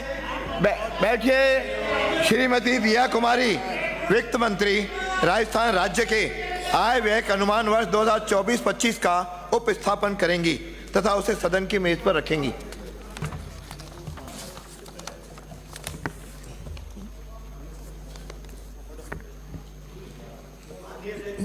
अध्यक्ष महोदय, मैं आपकी अनुमति से वर्ष 2024-25 के लिए लेखानुदान वोट ऑन अकाउंट संबंधी विवरण प्रस्तुत करती हूँ। श्री पहले वो पढ़ना है, ये भी पढ़ना था, पहले पढ़ लिया, पढ़ना दोनों ही है। अध्यक्ष महोदय, मैं आपकी अनुमति से राजस्थान राज्य के आय व्यय अनुमान वर्ष 2024-25 का उपस्थापन करती हूँ एवं इसे सदन की मेज पर रखती हूँ। लेखानुदान संबंधी प्रस्ताव पर मतदान। श्रीमती दिया कुमारी वित्त मंत्री लेखानुदान संबंधी प्रस्ताव मतदान हेतु प्रस्तुत करेंगी। अध्यक्ष महोदय, मैं आपकी अनुमति से वर्ष 24-25 के लिए लेखानुदान वोट ऑन अकाउंट संबंधी विवरण प्रस्तुत करती हूँ। प्रश्न ये है कि राज्यपाल महोदय को 31 मार्च 2000 कर दिया ना, कर दिया। अध्यक्ष महोदय, मैं प्रस्ताव करती हूँ कि राज्यपाल महोदय को 31 मार्च 2025 को समाप्त होने वाले वर्ष के लिए लेखानुदान वर्ष 2024-25 4 माह के लिए विवरण में मांग संख्या 1 से 64 के सम्मुख अंकित लेखानुदान की राशियों से अनधिक जिनका योग्य रुपए 1,10,401,85,53,53,000 रुपए मात्र है, व्यय के लिए अनुदत्त कर दी जाए। प्रश्न ये है कि राज्यपाल महोदय को 31 मार्च 2025 को समाप्त होने वाले वर्ष के लिए लेखानुदान वर्ष 2024-25 4 माह के लिए विवरण में मांग संख्या 1 से 64 के सम्मुख अंकित लेखानुदान की राशियों से अनधिक जिनका योग रुपए 1,10,401,85,53,000 रुपए मात्र हैं, व्यय के लिए प्रदान की जाए। जो पक्ष में हो हाँ कहें, जो विपक्ष में हो ना कहें। हाँ पक्ष जीता, हाँ पक्ष जीता। प्रस्ताव स्वीकार किया गया। विधायी कार्य श्रीमती दिया कुमारी। अध्यक्ष महोदय, मैं आपकी अनुमति से राजस्थान विनियोग लेखानुदान संख्या 2 विधेयक 2024 को पुनः स्थापित करने की आज्ञा के लिए प्रस्ताव करती हूँ। प्रश्न ये है कि राजस्थान विनियोग संख्या 2 विधेयक 2024 को पुनर्स्थापित करने की आज्ञा प्रदान की जाए। जो पक्ष में हो हाँ कहें, जो विपक्ष में हो ना कहें। हाँ पक्ष जीता, हाँ पक्ष जीता। विधेयक को पुनर्स्थापित करने की आज्ञा प्रदान की गई। प्रभारी मंत्री विधेयक को पुनर्स्थापित भी करेंगी। अध्यक्ष महोदय, मैं आपकी अनुमति से राजस्थान विनियोग आप बैठिए, आप व्यवधान मत, आपका अनुमति मांगिए, दे देंगे। लेखानुदान संख्या 2 विधेयक 2024 को पुनः स्थापित करती हूँ।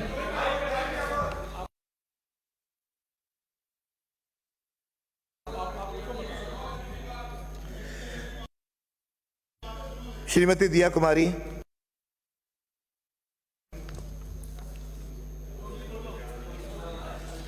अध्यक्ष महोदय, मैं आपकी अनुमति से प्रस्ताव करती हूं कि राजस्थान विनियोग लेखानुदान संख्या 2 विधेयक 2024 को विचारार्थ लिया जाए। प्रश्न ये है कि राजस्थान विनियोग लेखानुदान संख्या 2 विधेयक 2024 को विचारार्थ लिया जाए। जो पक्ष में हो हाँ कहें, जो विपक्ष में हो ना कहें। हाँ पक्ष जीता, हाँ पक्ष जीता। विधेयक को विचारार्थ लिया गया। खंड 6 विचार। खंड 2 व 3 कोई संशोधन नहीं। प्रश्न ये है कि खंड 2 व 3 स्वीकार किए जाएं। जो पक्ष में हो हाँ कहें, जो विपक्ष में हो ना कहें। हाँ पक्ष जीता, हाँ पक्ष जीता। खंड 2 व 3 स्वीकार किए गए। अनुसूची कोई संशोधन नहीं। प्रश्न ये है कि अनुसूची स्वीकार की जाए। जो पक्ष में हो हाँ कहें, जो विपक्ष में हो ना कहें। हाँ पक्ष जीता अनुसूची स्वीकार की गई। खंड 1 अधिनियम सूत्र नाम आदि कोई संशोधन नहीं। प्रश्न यह है कि खंड 1 अधिनियमन सूत्र नाम आदि स्वीकार किए जाएं।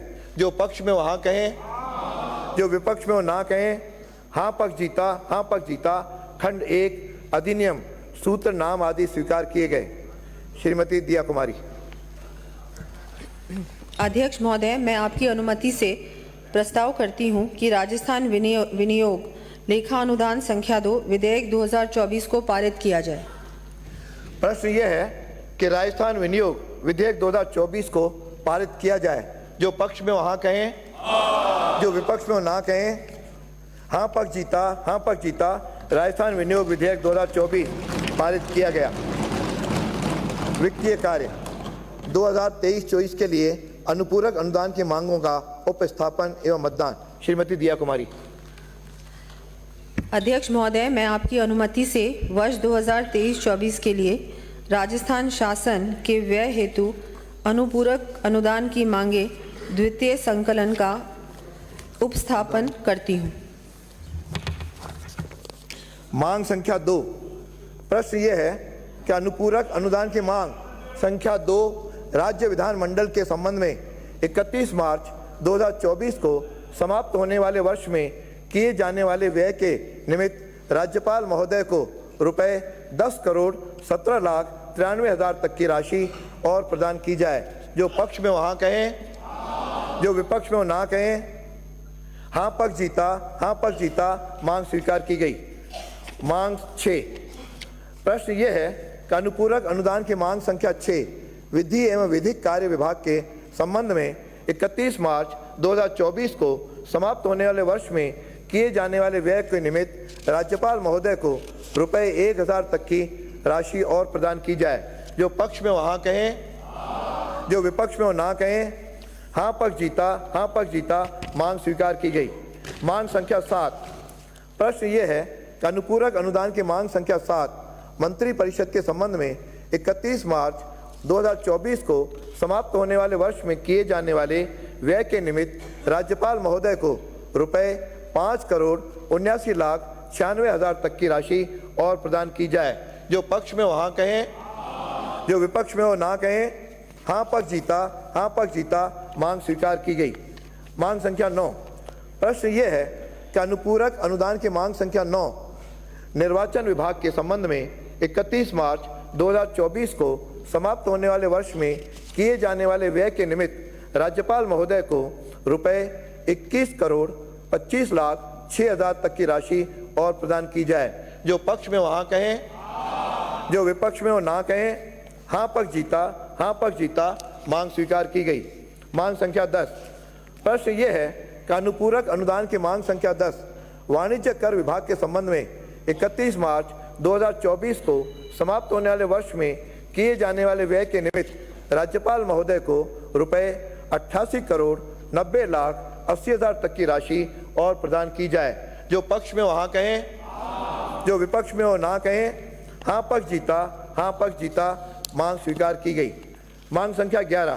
प्रश्न ये है कि अनुपूरक अनुदान की मांग संख्या 11 पंजीयन एवं मुद्रांक विभाग के संबंध में 31 मार्च 2024 को समाप्त होने वाले वर्ष में किए जाने वाले व्यय के निमित्त राज्यपाल महोदय को रुपए 57,76,53,000 तक की राशि और प्रदान की जाए। जो पक्ष में वहाँ कहें, जो विपक्ष में वो ना कहें। हाँ पक्ष जीता मांग स्वीकार की गई। मांग संख्या 12।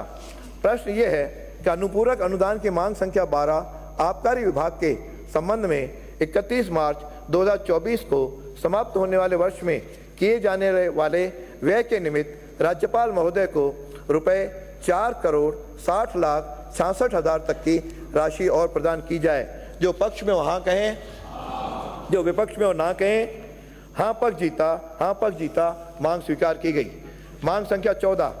प्रश्न ये है अनुपूरक अनुदान की मांग संख्या 14 राज्य बीमा एवं प्रावधायी निधि विभाग के संबंध में 31 मार्च 2024 को समाप्त होने वाले वर्ष में किए जाने वाले व्यय के निमित्त राज्यपाल महोदय को रुपए 1,51,95,11,11 तक की राशि और प्रदान की जाए।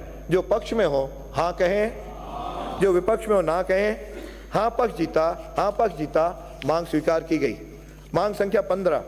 प्रश्न ये है कि अनुपूरक अनुदान की मांग संख्या 15 पेंशन के संबंध में 31 मार्च 2024 को समाप्त होने वाले वर्ष में किए जाने वाले व्यय के निमित्त राज्यपाल महोदय को रुपए 11,80,95,93,93,000 तक की राशि और प्रदान की जाए।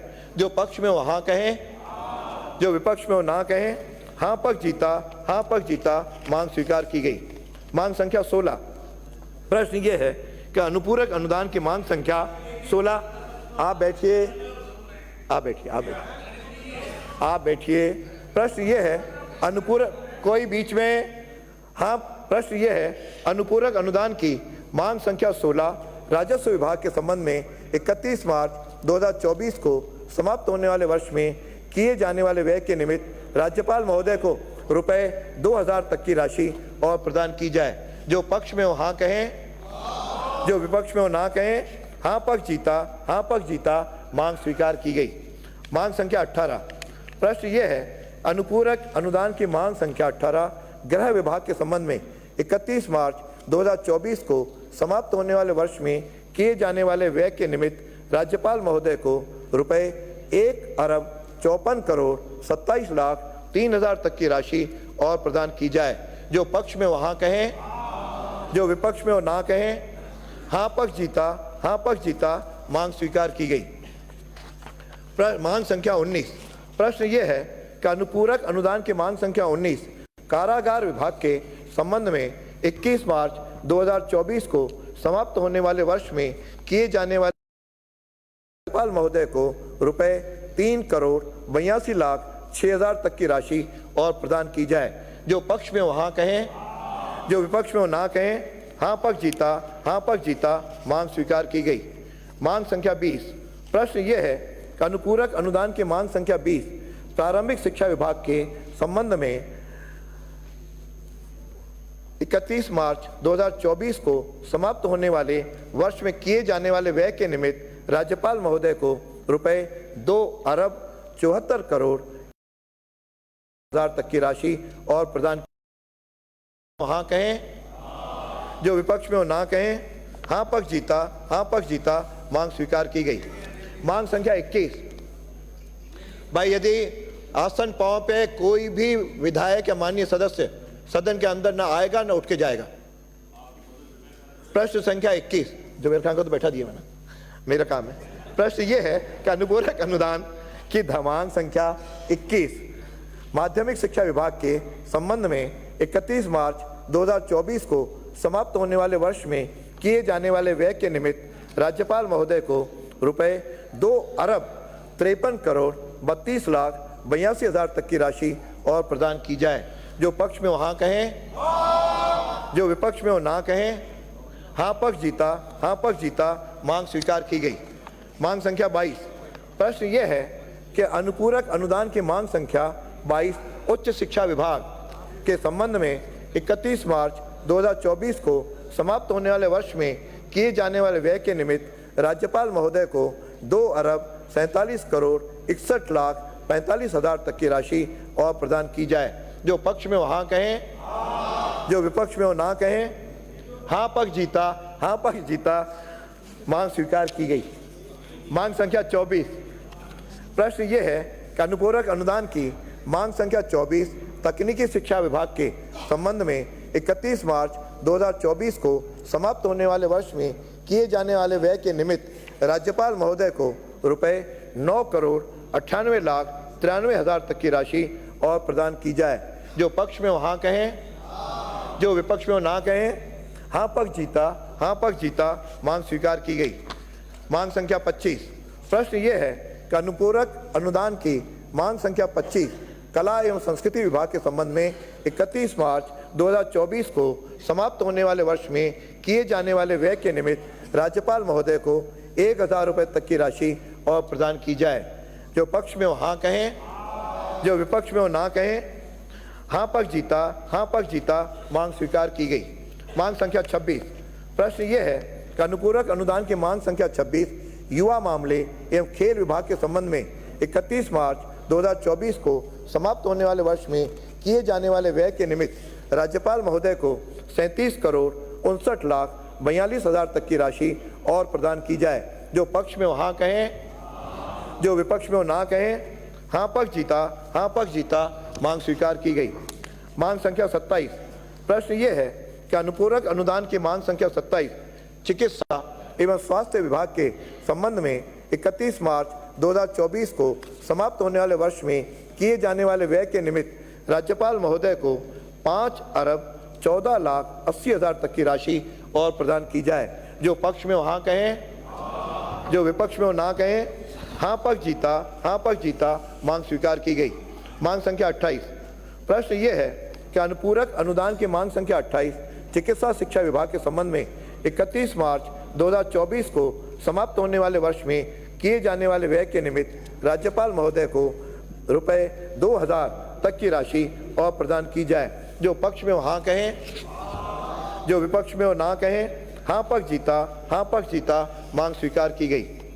प्रश्न ये है कि अनुपूरक अनुदान की मांग संख्या 30 जनजातीय क्षेत्रीय विकास के संबंध में 31 मार्च 2024 को समाप्त होने वाले वर्ष में किए जाने वाले व्यय के निमित्त राज्यपाल महोदय को 37,000 रुपये तक की राशि और प्रदान की जाए। जो पक्ष में हो हाँ कहें, जो विपक्ष में हो ना कहें। हाँ पक्ष जीता, मांग स्वीकार की गई। मांग संख्या 31। प्रश्न ये है कि अनुपूरक अनुदान की मांग संख्या 31 सामाजिक न्याय एवं अधिकारिता विभाग के संबंध में 31 मार्च 2024 को समाप्त होने वाले वर्ष में किए जाने वाले व्यय के निमित्त राज्यपाल महोदय को रुपए 1,14,08,90,000 तक की राशि और प्रदान की जाए। जो पक्ष में हो हाँ कहें, जो विपक्ष में हो ना कहें। हाँ पक्ष जीता, मांग स्वीकार की गई। मांग संख्या 32। प्रश्न यह है कि अनुपूरक अनुदान की मांग संख्या 32 महिला एवं बाल विकास विभाग के संबंध में 31 मार्च 2024 को समाप्त होने वाले वर्ष में किए जाने वाले व्यय के निमित्त राज्यपाल महोदय को रुपए 38,22,59,000 तक की राशि और प्रदान की जाए। जो पक्ष में हो हाँ कहें, जो विपक्ष में हो ना कहें। हाँ पक्ष जीता, मांग स्वीकार की गई। मांग संख्या 33। प्रश्न ये है अनुपूरक अनुदान की मांग संख्या 33 सैनिक कल्याण विभाग के संबंध में 31 मार्च 2024 को समाप्त होने वाले वर्ष में किए जाने वाले व्यय के निमित्त राज्यपाल महोदय को रुपए 11,06,78,000 तक की राशि और प्रदान की जाए। जो पक्ष में हो हाँ कहें, जो विपक्ष में हो ना कहें। हाँ पक्ष जीता, मांग स्वीकार की गई। मांग संख्या 34। प्रश्न ये है कि अनुपूरक अनुदान की मांग संख्या 34 श्रम व रोजगार विभाग के संबंध में 31 मार्च 2024 को समाप्त होने वाले वर्ष में किए जाने वाले व्यय के निमित्त राज्यपाल महोदय को रुपए 5,02,90,000 तक की राशि और प्रदान की जाए। जो पक्ष में हो हाँ कहें, जो विपक्ष में हो ना कहें। हाँ पक्ष जीता, मांग स्वीकार की गई। मांग संख्या 36। प्रश्न ये है कि अनुपूरक अनुदान की मांग संख्या 36 आपदा प्रबंधन एवं सहायता विभाग के संबंध में 31 मार्च 2024 को समाप्त होने वाले वर्ष में किए जाने वाले व्यय के निमित्त राज्यपाल महोदय को रुपए 8,50,91,71,75,000 तक की राशि और प्रदान की जाए। जो पक्ष में हो हाँ कहें, जो विपक्ष में हो ना कहें। हाँ पक्ष जीता, मांग स्वीकार की गई। मांग संख्या 37। प्रश्न यह है कि अनुपूरक अनुदान की मांग संख्या 37 देवस्थान विभाग के संबंध में 31 मार्च 2024 को समाप्त होने वाले वर्ष में किए जाने वाले व्यय के निमित्त राज्यपाल महोदय को 22,61,21,000 रुपये तक की राशि और प्रदान की जाए। जो पक्ष में हो हाँ कहें, जो विपक्ष में हो ना कहें। हाँ पक्ष जीता, मांग स्वीकार की गई। मांग संख्या 38।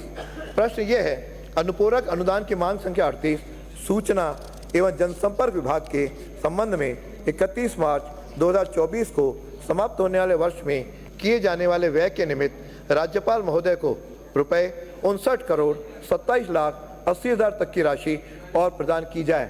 जो पक्ष में हो हाँ कहें, जो विपक्ष में हो ना कहें। हाँ पक्ष जीता, हाँ पक्ष जीता, मांग स्वीकार की गई। मांग संख्या 40। प्रश्न ये है कि अनुपूरक अनुदान की मांग संख्या 40 स्वायत्त शासन विभाग के संबंध में 31 मार्च 2024 को समाप्त होने वाले वर्ष में किए जाने वाले व्यय के निमित्त राज्यपाल महोदय को रुपए 6 अरब 21 करोड़ 95 लाख 56 हजार तक की राशि और प्रदान की जाए। जो पक्ष में हो हाँ कहें, जो विपक्ष में हो ना कहें। हाँ पक्ष जीता, हाँ पक्ष जीता, मांग स्वीकार की गई। मैंने सुन लिया दोनों की आवाज में। मांग संख्या 41, थोड़ा जगह है, अच्छा है, थोड़ा जगो, दोनों पक्ष थोड़ा जगो। मांग संख्या 41। प्रश्न ये है अनुपूरक अनुदान की मांग संख्या 41 जन स्वास्थ्य अभियांत्रिकी विभाग के संबंध में 31 मार्च 2024 को समाप्त होने वाले वर्ष में किए जाने वाले व्यय के निमित्त राज्यपाल महोदय को 2 अरब 88 करोड़ 14 लाख 89 हजार रुपए तक की राशि और प्रदान की जाए। जो पक्ष में हो हाँ कहें, जो विपक्ष में हो ना कहें। हाँ पक्ष जीता, हाँ पक्ष जीता, मांग स्वीकार की गई। प्रश्न मांग संख्या 42। प्रश्न ये है अनुपूरक अनुदान की मांग संख्या 42 जल संसाधन एवं इंदिरा गांधी नहर परियोजना विभाग के संबंध में 31 मार्च 2024 को समाप्त होने वाले वर्ष में किए जाने वाले व्यय के निमित्त राज्यपाल महोदय को रुपए 3000 तक की राशि और प्रदान की जाए। जो पक्ष में हो हाँ कहें, जो विपक्ष में हो ना कहें। हाँ पक्ष जीता, हाँ पक्ष जीता, मांग स्वीकार की गई। मांग संख्या 43। प्रश्न ये है अनुपूरक अनुदान की मांग संख्या 43 सिंचित क्षेत्र विकास विभाग के संबंध में 31 मार्च 2024 को समाप्त होने वाले वर्ष में किए जाने वाले व्यय के निमित्त राज्यपाल महोदय को रुपए 40 करोड़ 5 लाख 19 हजार तक की राशि और प्रदान की जाए। जो पक्ष में हो हाँ कहें, जो विपक्ष में हो ना कहें। हाँ पक्ष जीता, हाँ पक्ष जीता, मांग स्वीकार की गई। मांग संख्या 44। प्रश्न ये है अनुपूरक अनुदान की मांग संख्या 44 सार्वजनिक निर्माण विभाग के संबंध में 31 मार्च 2024 को समाप्त होने वाले वर्ष में किए जाने वाले व्यय के निमित्त राज्यपाल महोदय को रुपए 14 अरब 71 करोड़ 27 लाख 66 हजार तक की राशि और प्रदान की जाए। जो पक्ष में हो हाँ कहें, जो विपक्ष में हो ना कहें। हाँ पक्ष जीता, हाँ पक्ष जीता, मांग स्वीकार की गई। मांग संख्या 46। प्रश्न ये है कि अनुपूरक अनुदान की मांग संख्या 46 कृषि विभाग के संबंध में 31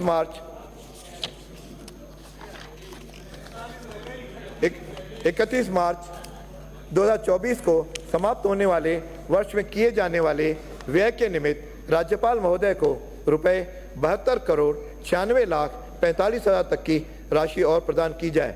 जो पक्ष में हो हाँ कहें, जो विपक्ष में हो ना कहें। हाँ पक्ष जीता, हाँ पक्ष जीता, मांग स्वीकार की गई। मांग संख्या 45। प्रश्न ये है कि अनुपूरक अनुदान की मांग संख्या 45 वन एवं पर्यावरण विभाग के संबंध में 31 मार्च 2024 को समाप्त होने वाले वर्ष में किए जाने वाले व्यय के निमित्त राज्यपाल महोदय को 1 अरब 15 करोड़ 14 लाख 25 हजार तक की राशि और प्रदान की जाए। जो पक्ष में हो हाँ कहें, जो विपक्ष में हो ना कहें। हाँ पक्ष जीता, हाँ पक्ष जीता, मांग स्वीकार की गई। मांग संख्या 47। प्रश्न ये है कि अनुपूरक अनुदान की मांग संख्या 47 पशुपालन एवं मत्स्य विभाग के संबंध में 31 मार्च 2024 को समाप्त होने वाले वर्ष में किए जाने वाले व्यय के निमित्त राज्यपाल महोदय को रुपए 13 करोड़ 99 लाख 92 हजार तक की राशि और प्रदान की जाए। जो पक्ष में हो हाँ कहें, जो विपक्ष में हो ना कहें। हाँ पक्ष जीता, हाँ पक्ष जीता, मांग स्वीकार की गई। मांग संख्या 48। ये मेरे ध्यान है, आप तो हाँ भर दो, माननीय सदस्य आप भी हाँ भर दो। अरे अच्छा सबके लिए आप सर्वसम्मति से। मांग संख्या 48। प्रश्न ये है अनुपूरक अनुदान की मांग संख्या 48 उद्यानिकी विभाग के संबंध में 31 मार्च 2024 को समाप्त होने वाले वर्ष में किए जाने वाले व्यय के निमित्त राज्यपाल महोदय को 6 करोड़ 45 लाख 13 हजार तक की राशि और प्रदान की जाए। जो पक्ष में हो हाँ कहें, जो विपक्ष में हो ना कहे हाँ पक्ष जीता, हाँ पक्ष जीता, मांग स्वीकार की गई। मांग संख्या 49। प्रश्न ये है, अनुपूरक अनुदान की मांग संख्या 49 गोपालन विभाग के संबंध में 31 मार्च 2024 को समाप्त होने वाले वर्ष में किए जाने वाले व्यय के निमित्त राज्यपाल महोदय को रुपए 47 करोड़ 43 लाख 74 हजार तक की राशि और प्रदान की जाए। जो पक्ष में हो हाँ कहें, जो विपक्ष में हो ना कहें। हाँ पक्ष जीता, हाँ पक्ष जीता, मांग स्वीकार की गई। मांग संख्या 51।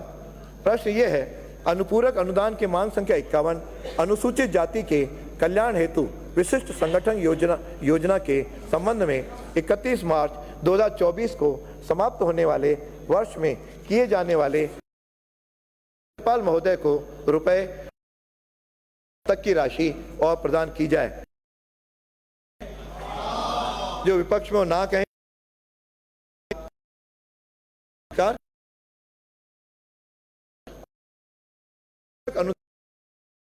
पंचायत 21 को किए राज्यपाल 3 करोड़ 92 लाख 72 हजार तक की राशि और प्रदान की जाए। जो पक्ष में हो हाँ कहें, जो विपक्ष में हो ना कहें। हाँ पक्ष जीता, हाँ पक्ष जीता, मांग स्वीकार की गई। मांग संख्या 53।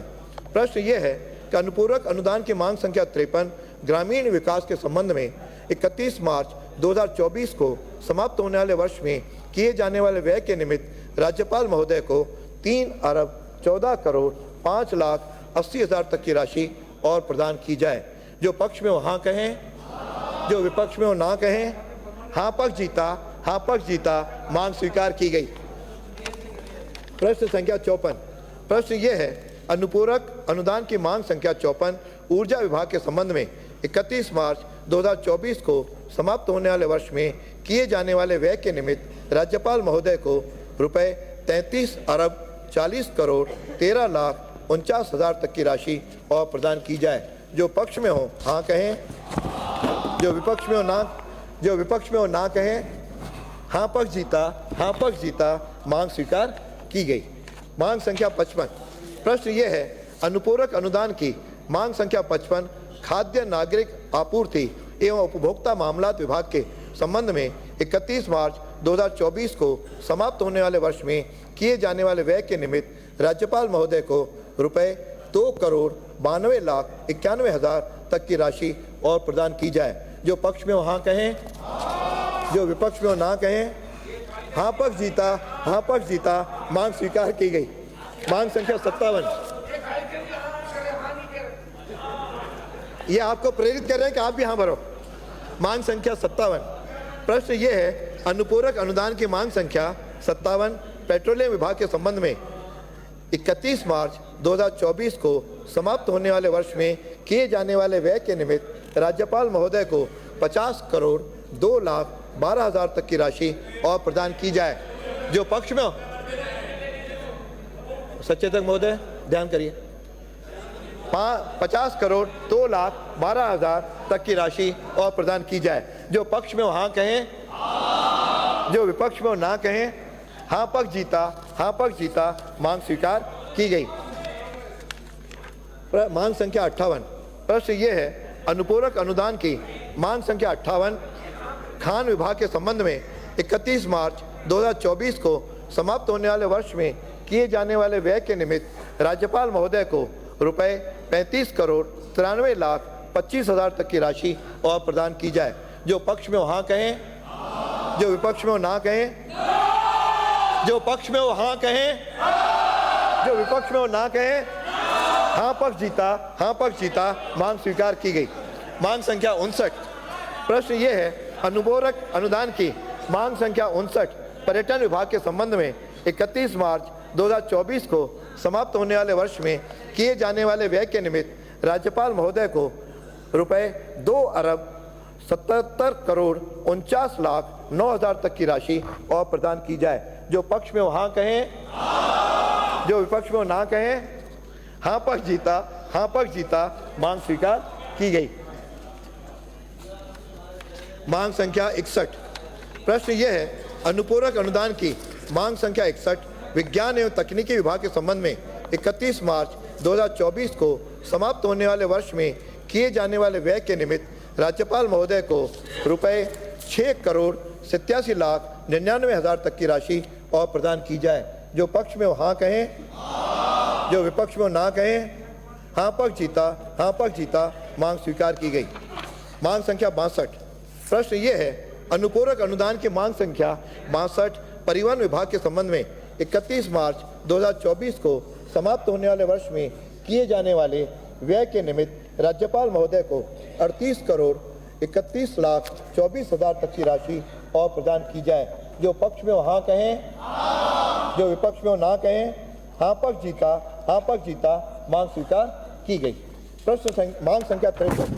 प्रश्न ये है कि अनुपूरक अनुदान की मांग संख्या 63 आयोजना एवं सांख्यिकी विभाग के संबंध में 31 मार्च 2024 को समाप्त होने वाले वर्ष में किए जाने वाले व्यय के निमित्त राज्यपाल महोदय को 8,69,95,000 तक की राशि और प्रदान की जाए। जो पक्ष में हो हाँ कहें, थोड़ा जोर से। जो पक्ष में हो हाँ कहें, जो विपक्ष में हो ना कहें। हाँ पक्ष जीता, मांग स्वीकार की गई। मांग संख्या 64। प्रश्न ये है, अनुपूरक अनुदान की मांग संख्या 64 अन्य सामान्य सेवाओं के संबंध में 31 मार्च 2024 को समाप्त होने वाले वर्ष में किए जाने वाले व्यय के निमित्त राज्यपाल महोदय को 6,31,39,000 तक की राशि और प्रदान की जाए। जो पक्ष में हो हाँ कहें, जो विपक्ष में हो ना कहें। हाँ पक्ष जीता, मांग स्वीकार की गई।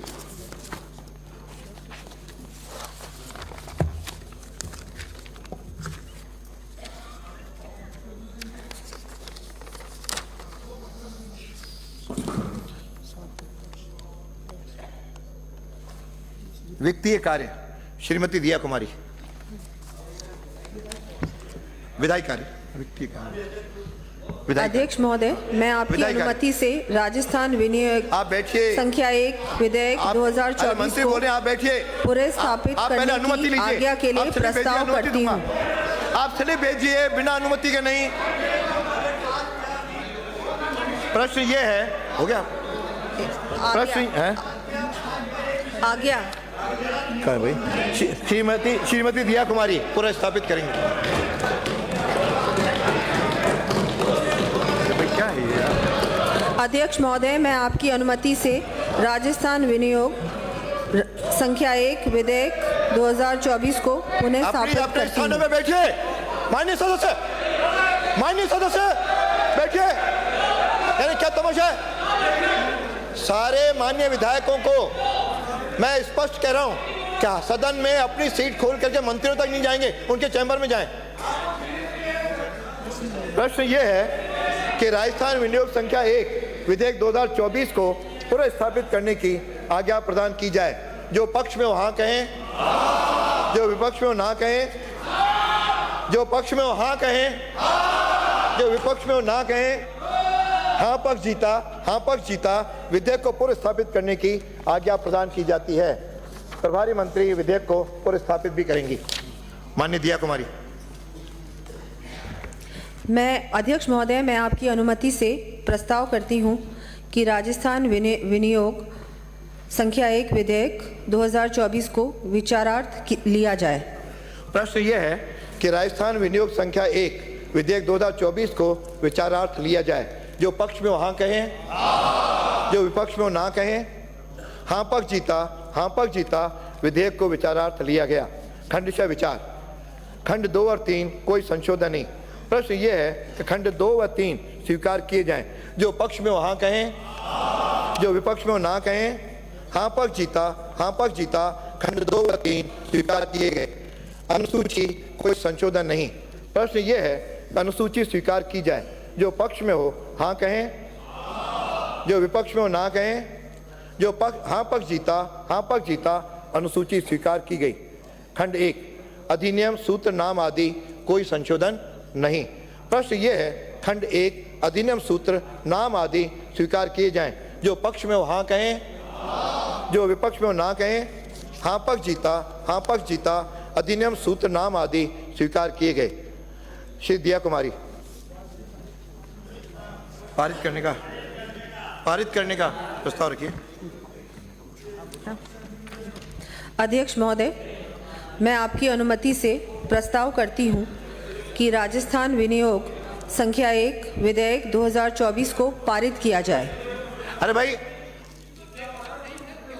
माननीय सचेतक, आप भाई, मैंने स्पष्ट कहा, प्रश्न शांत रहे, मुझे ध्यान आ गया, आपके यहाँ सब जगह समान है। प्रश्न ये है कि राजस्थान विनियोग संख्या 1 विधेयक 2024 को पारित किया जाए। जो पक्ष में हो हाँ कहें, जो विपक्ष में हो ना कहें। हाँ पक्ष जीता। राजस्थान विनियोग विधेयक 2024 पारित किया गया। अब जनगणना, माननीय सदस्यों से जनगणमन होने से पहले एक जानकारी दे रहा हूं। जो माननीय सदस्य जिस कमेटी में रहना चाहता हो, अपने चॉइस की 3 कमेटियों के नाम हमारे सचिव महोदय के यहाँ दे दें, ताकि उनकी योग्यता, उनकी रुचि के अनुसार हम लोग तय कर सकें। राष्ट्रगान जनगणमन।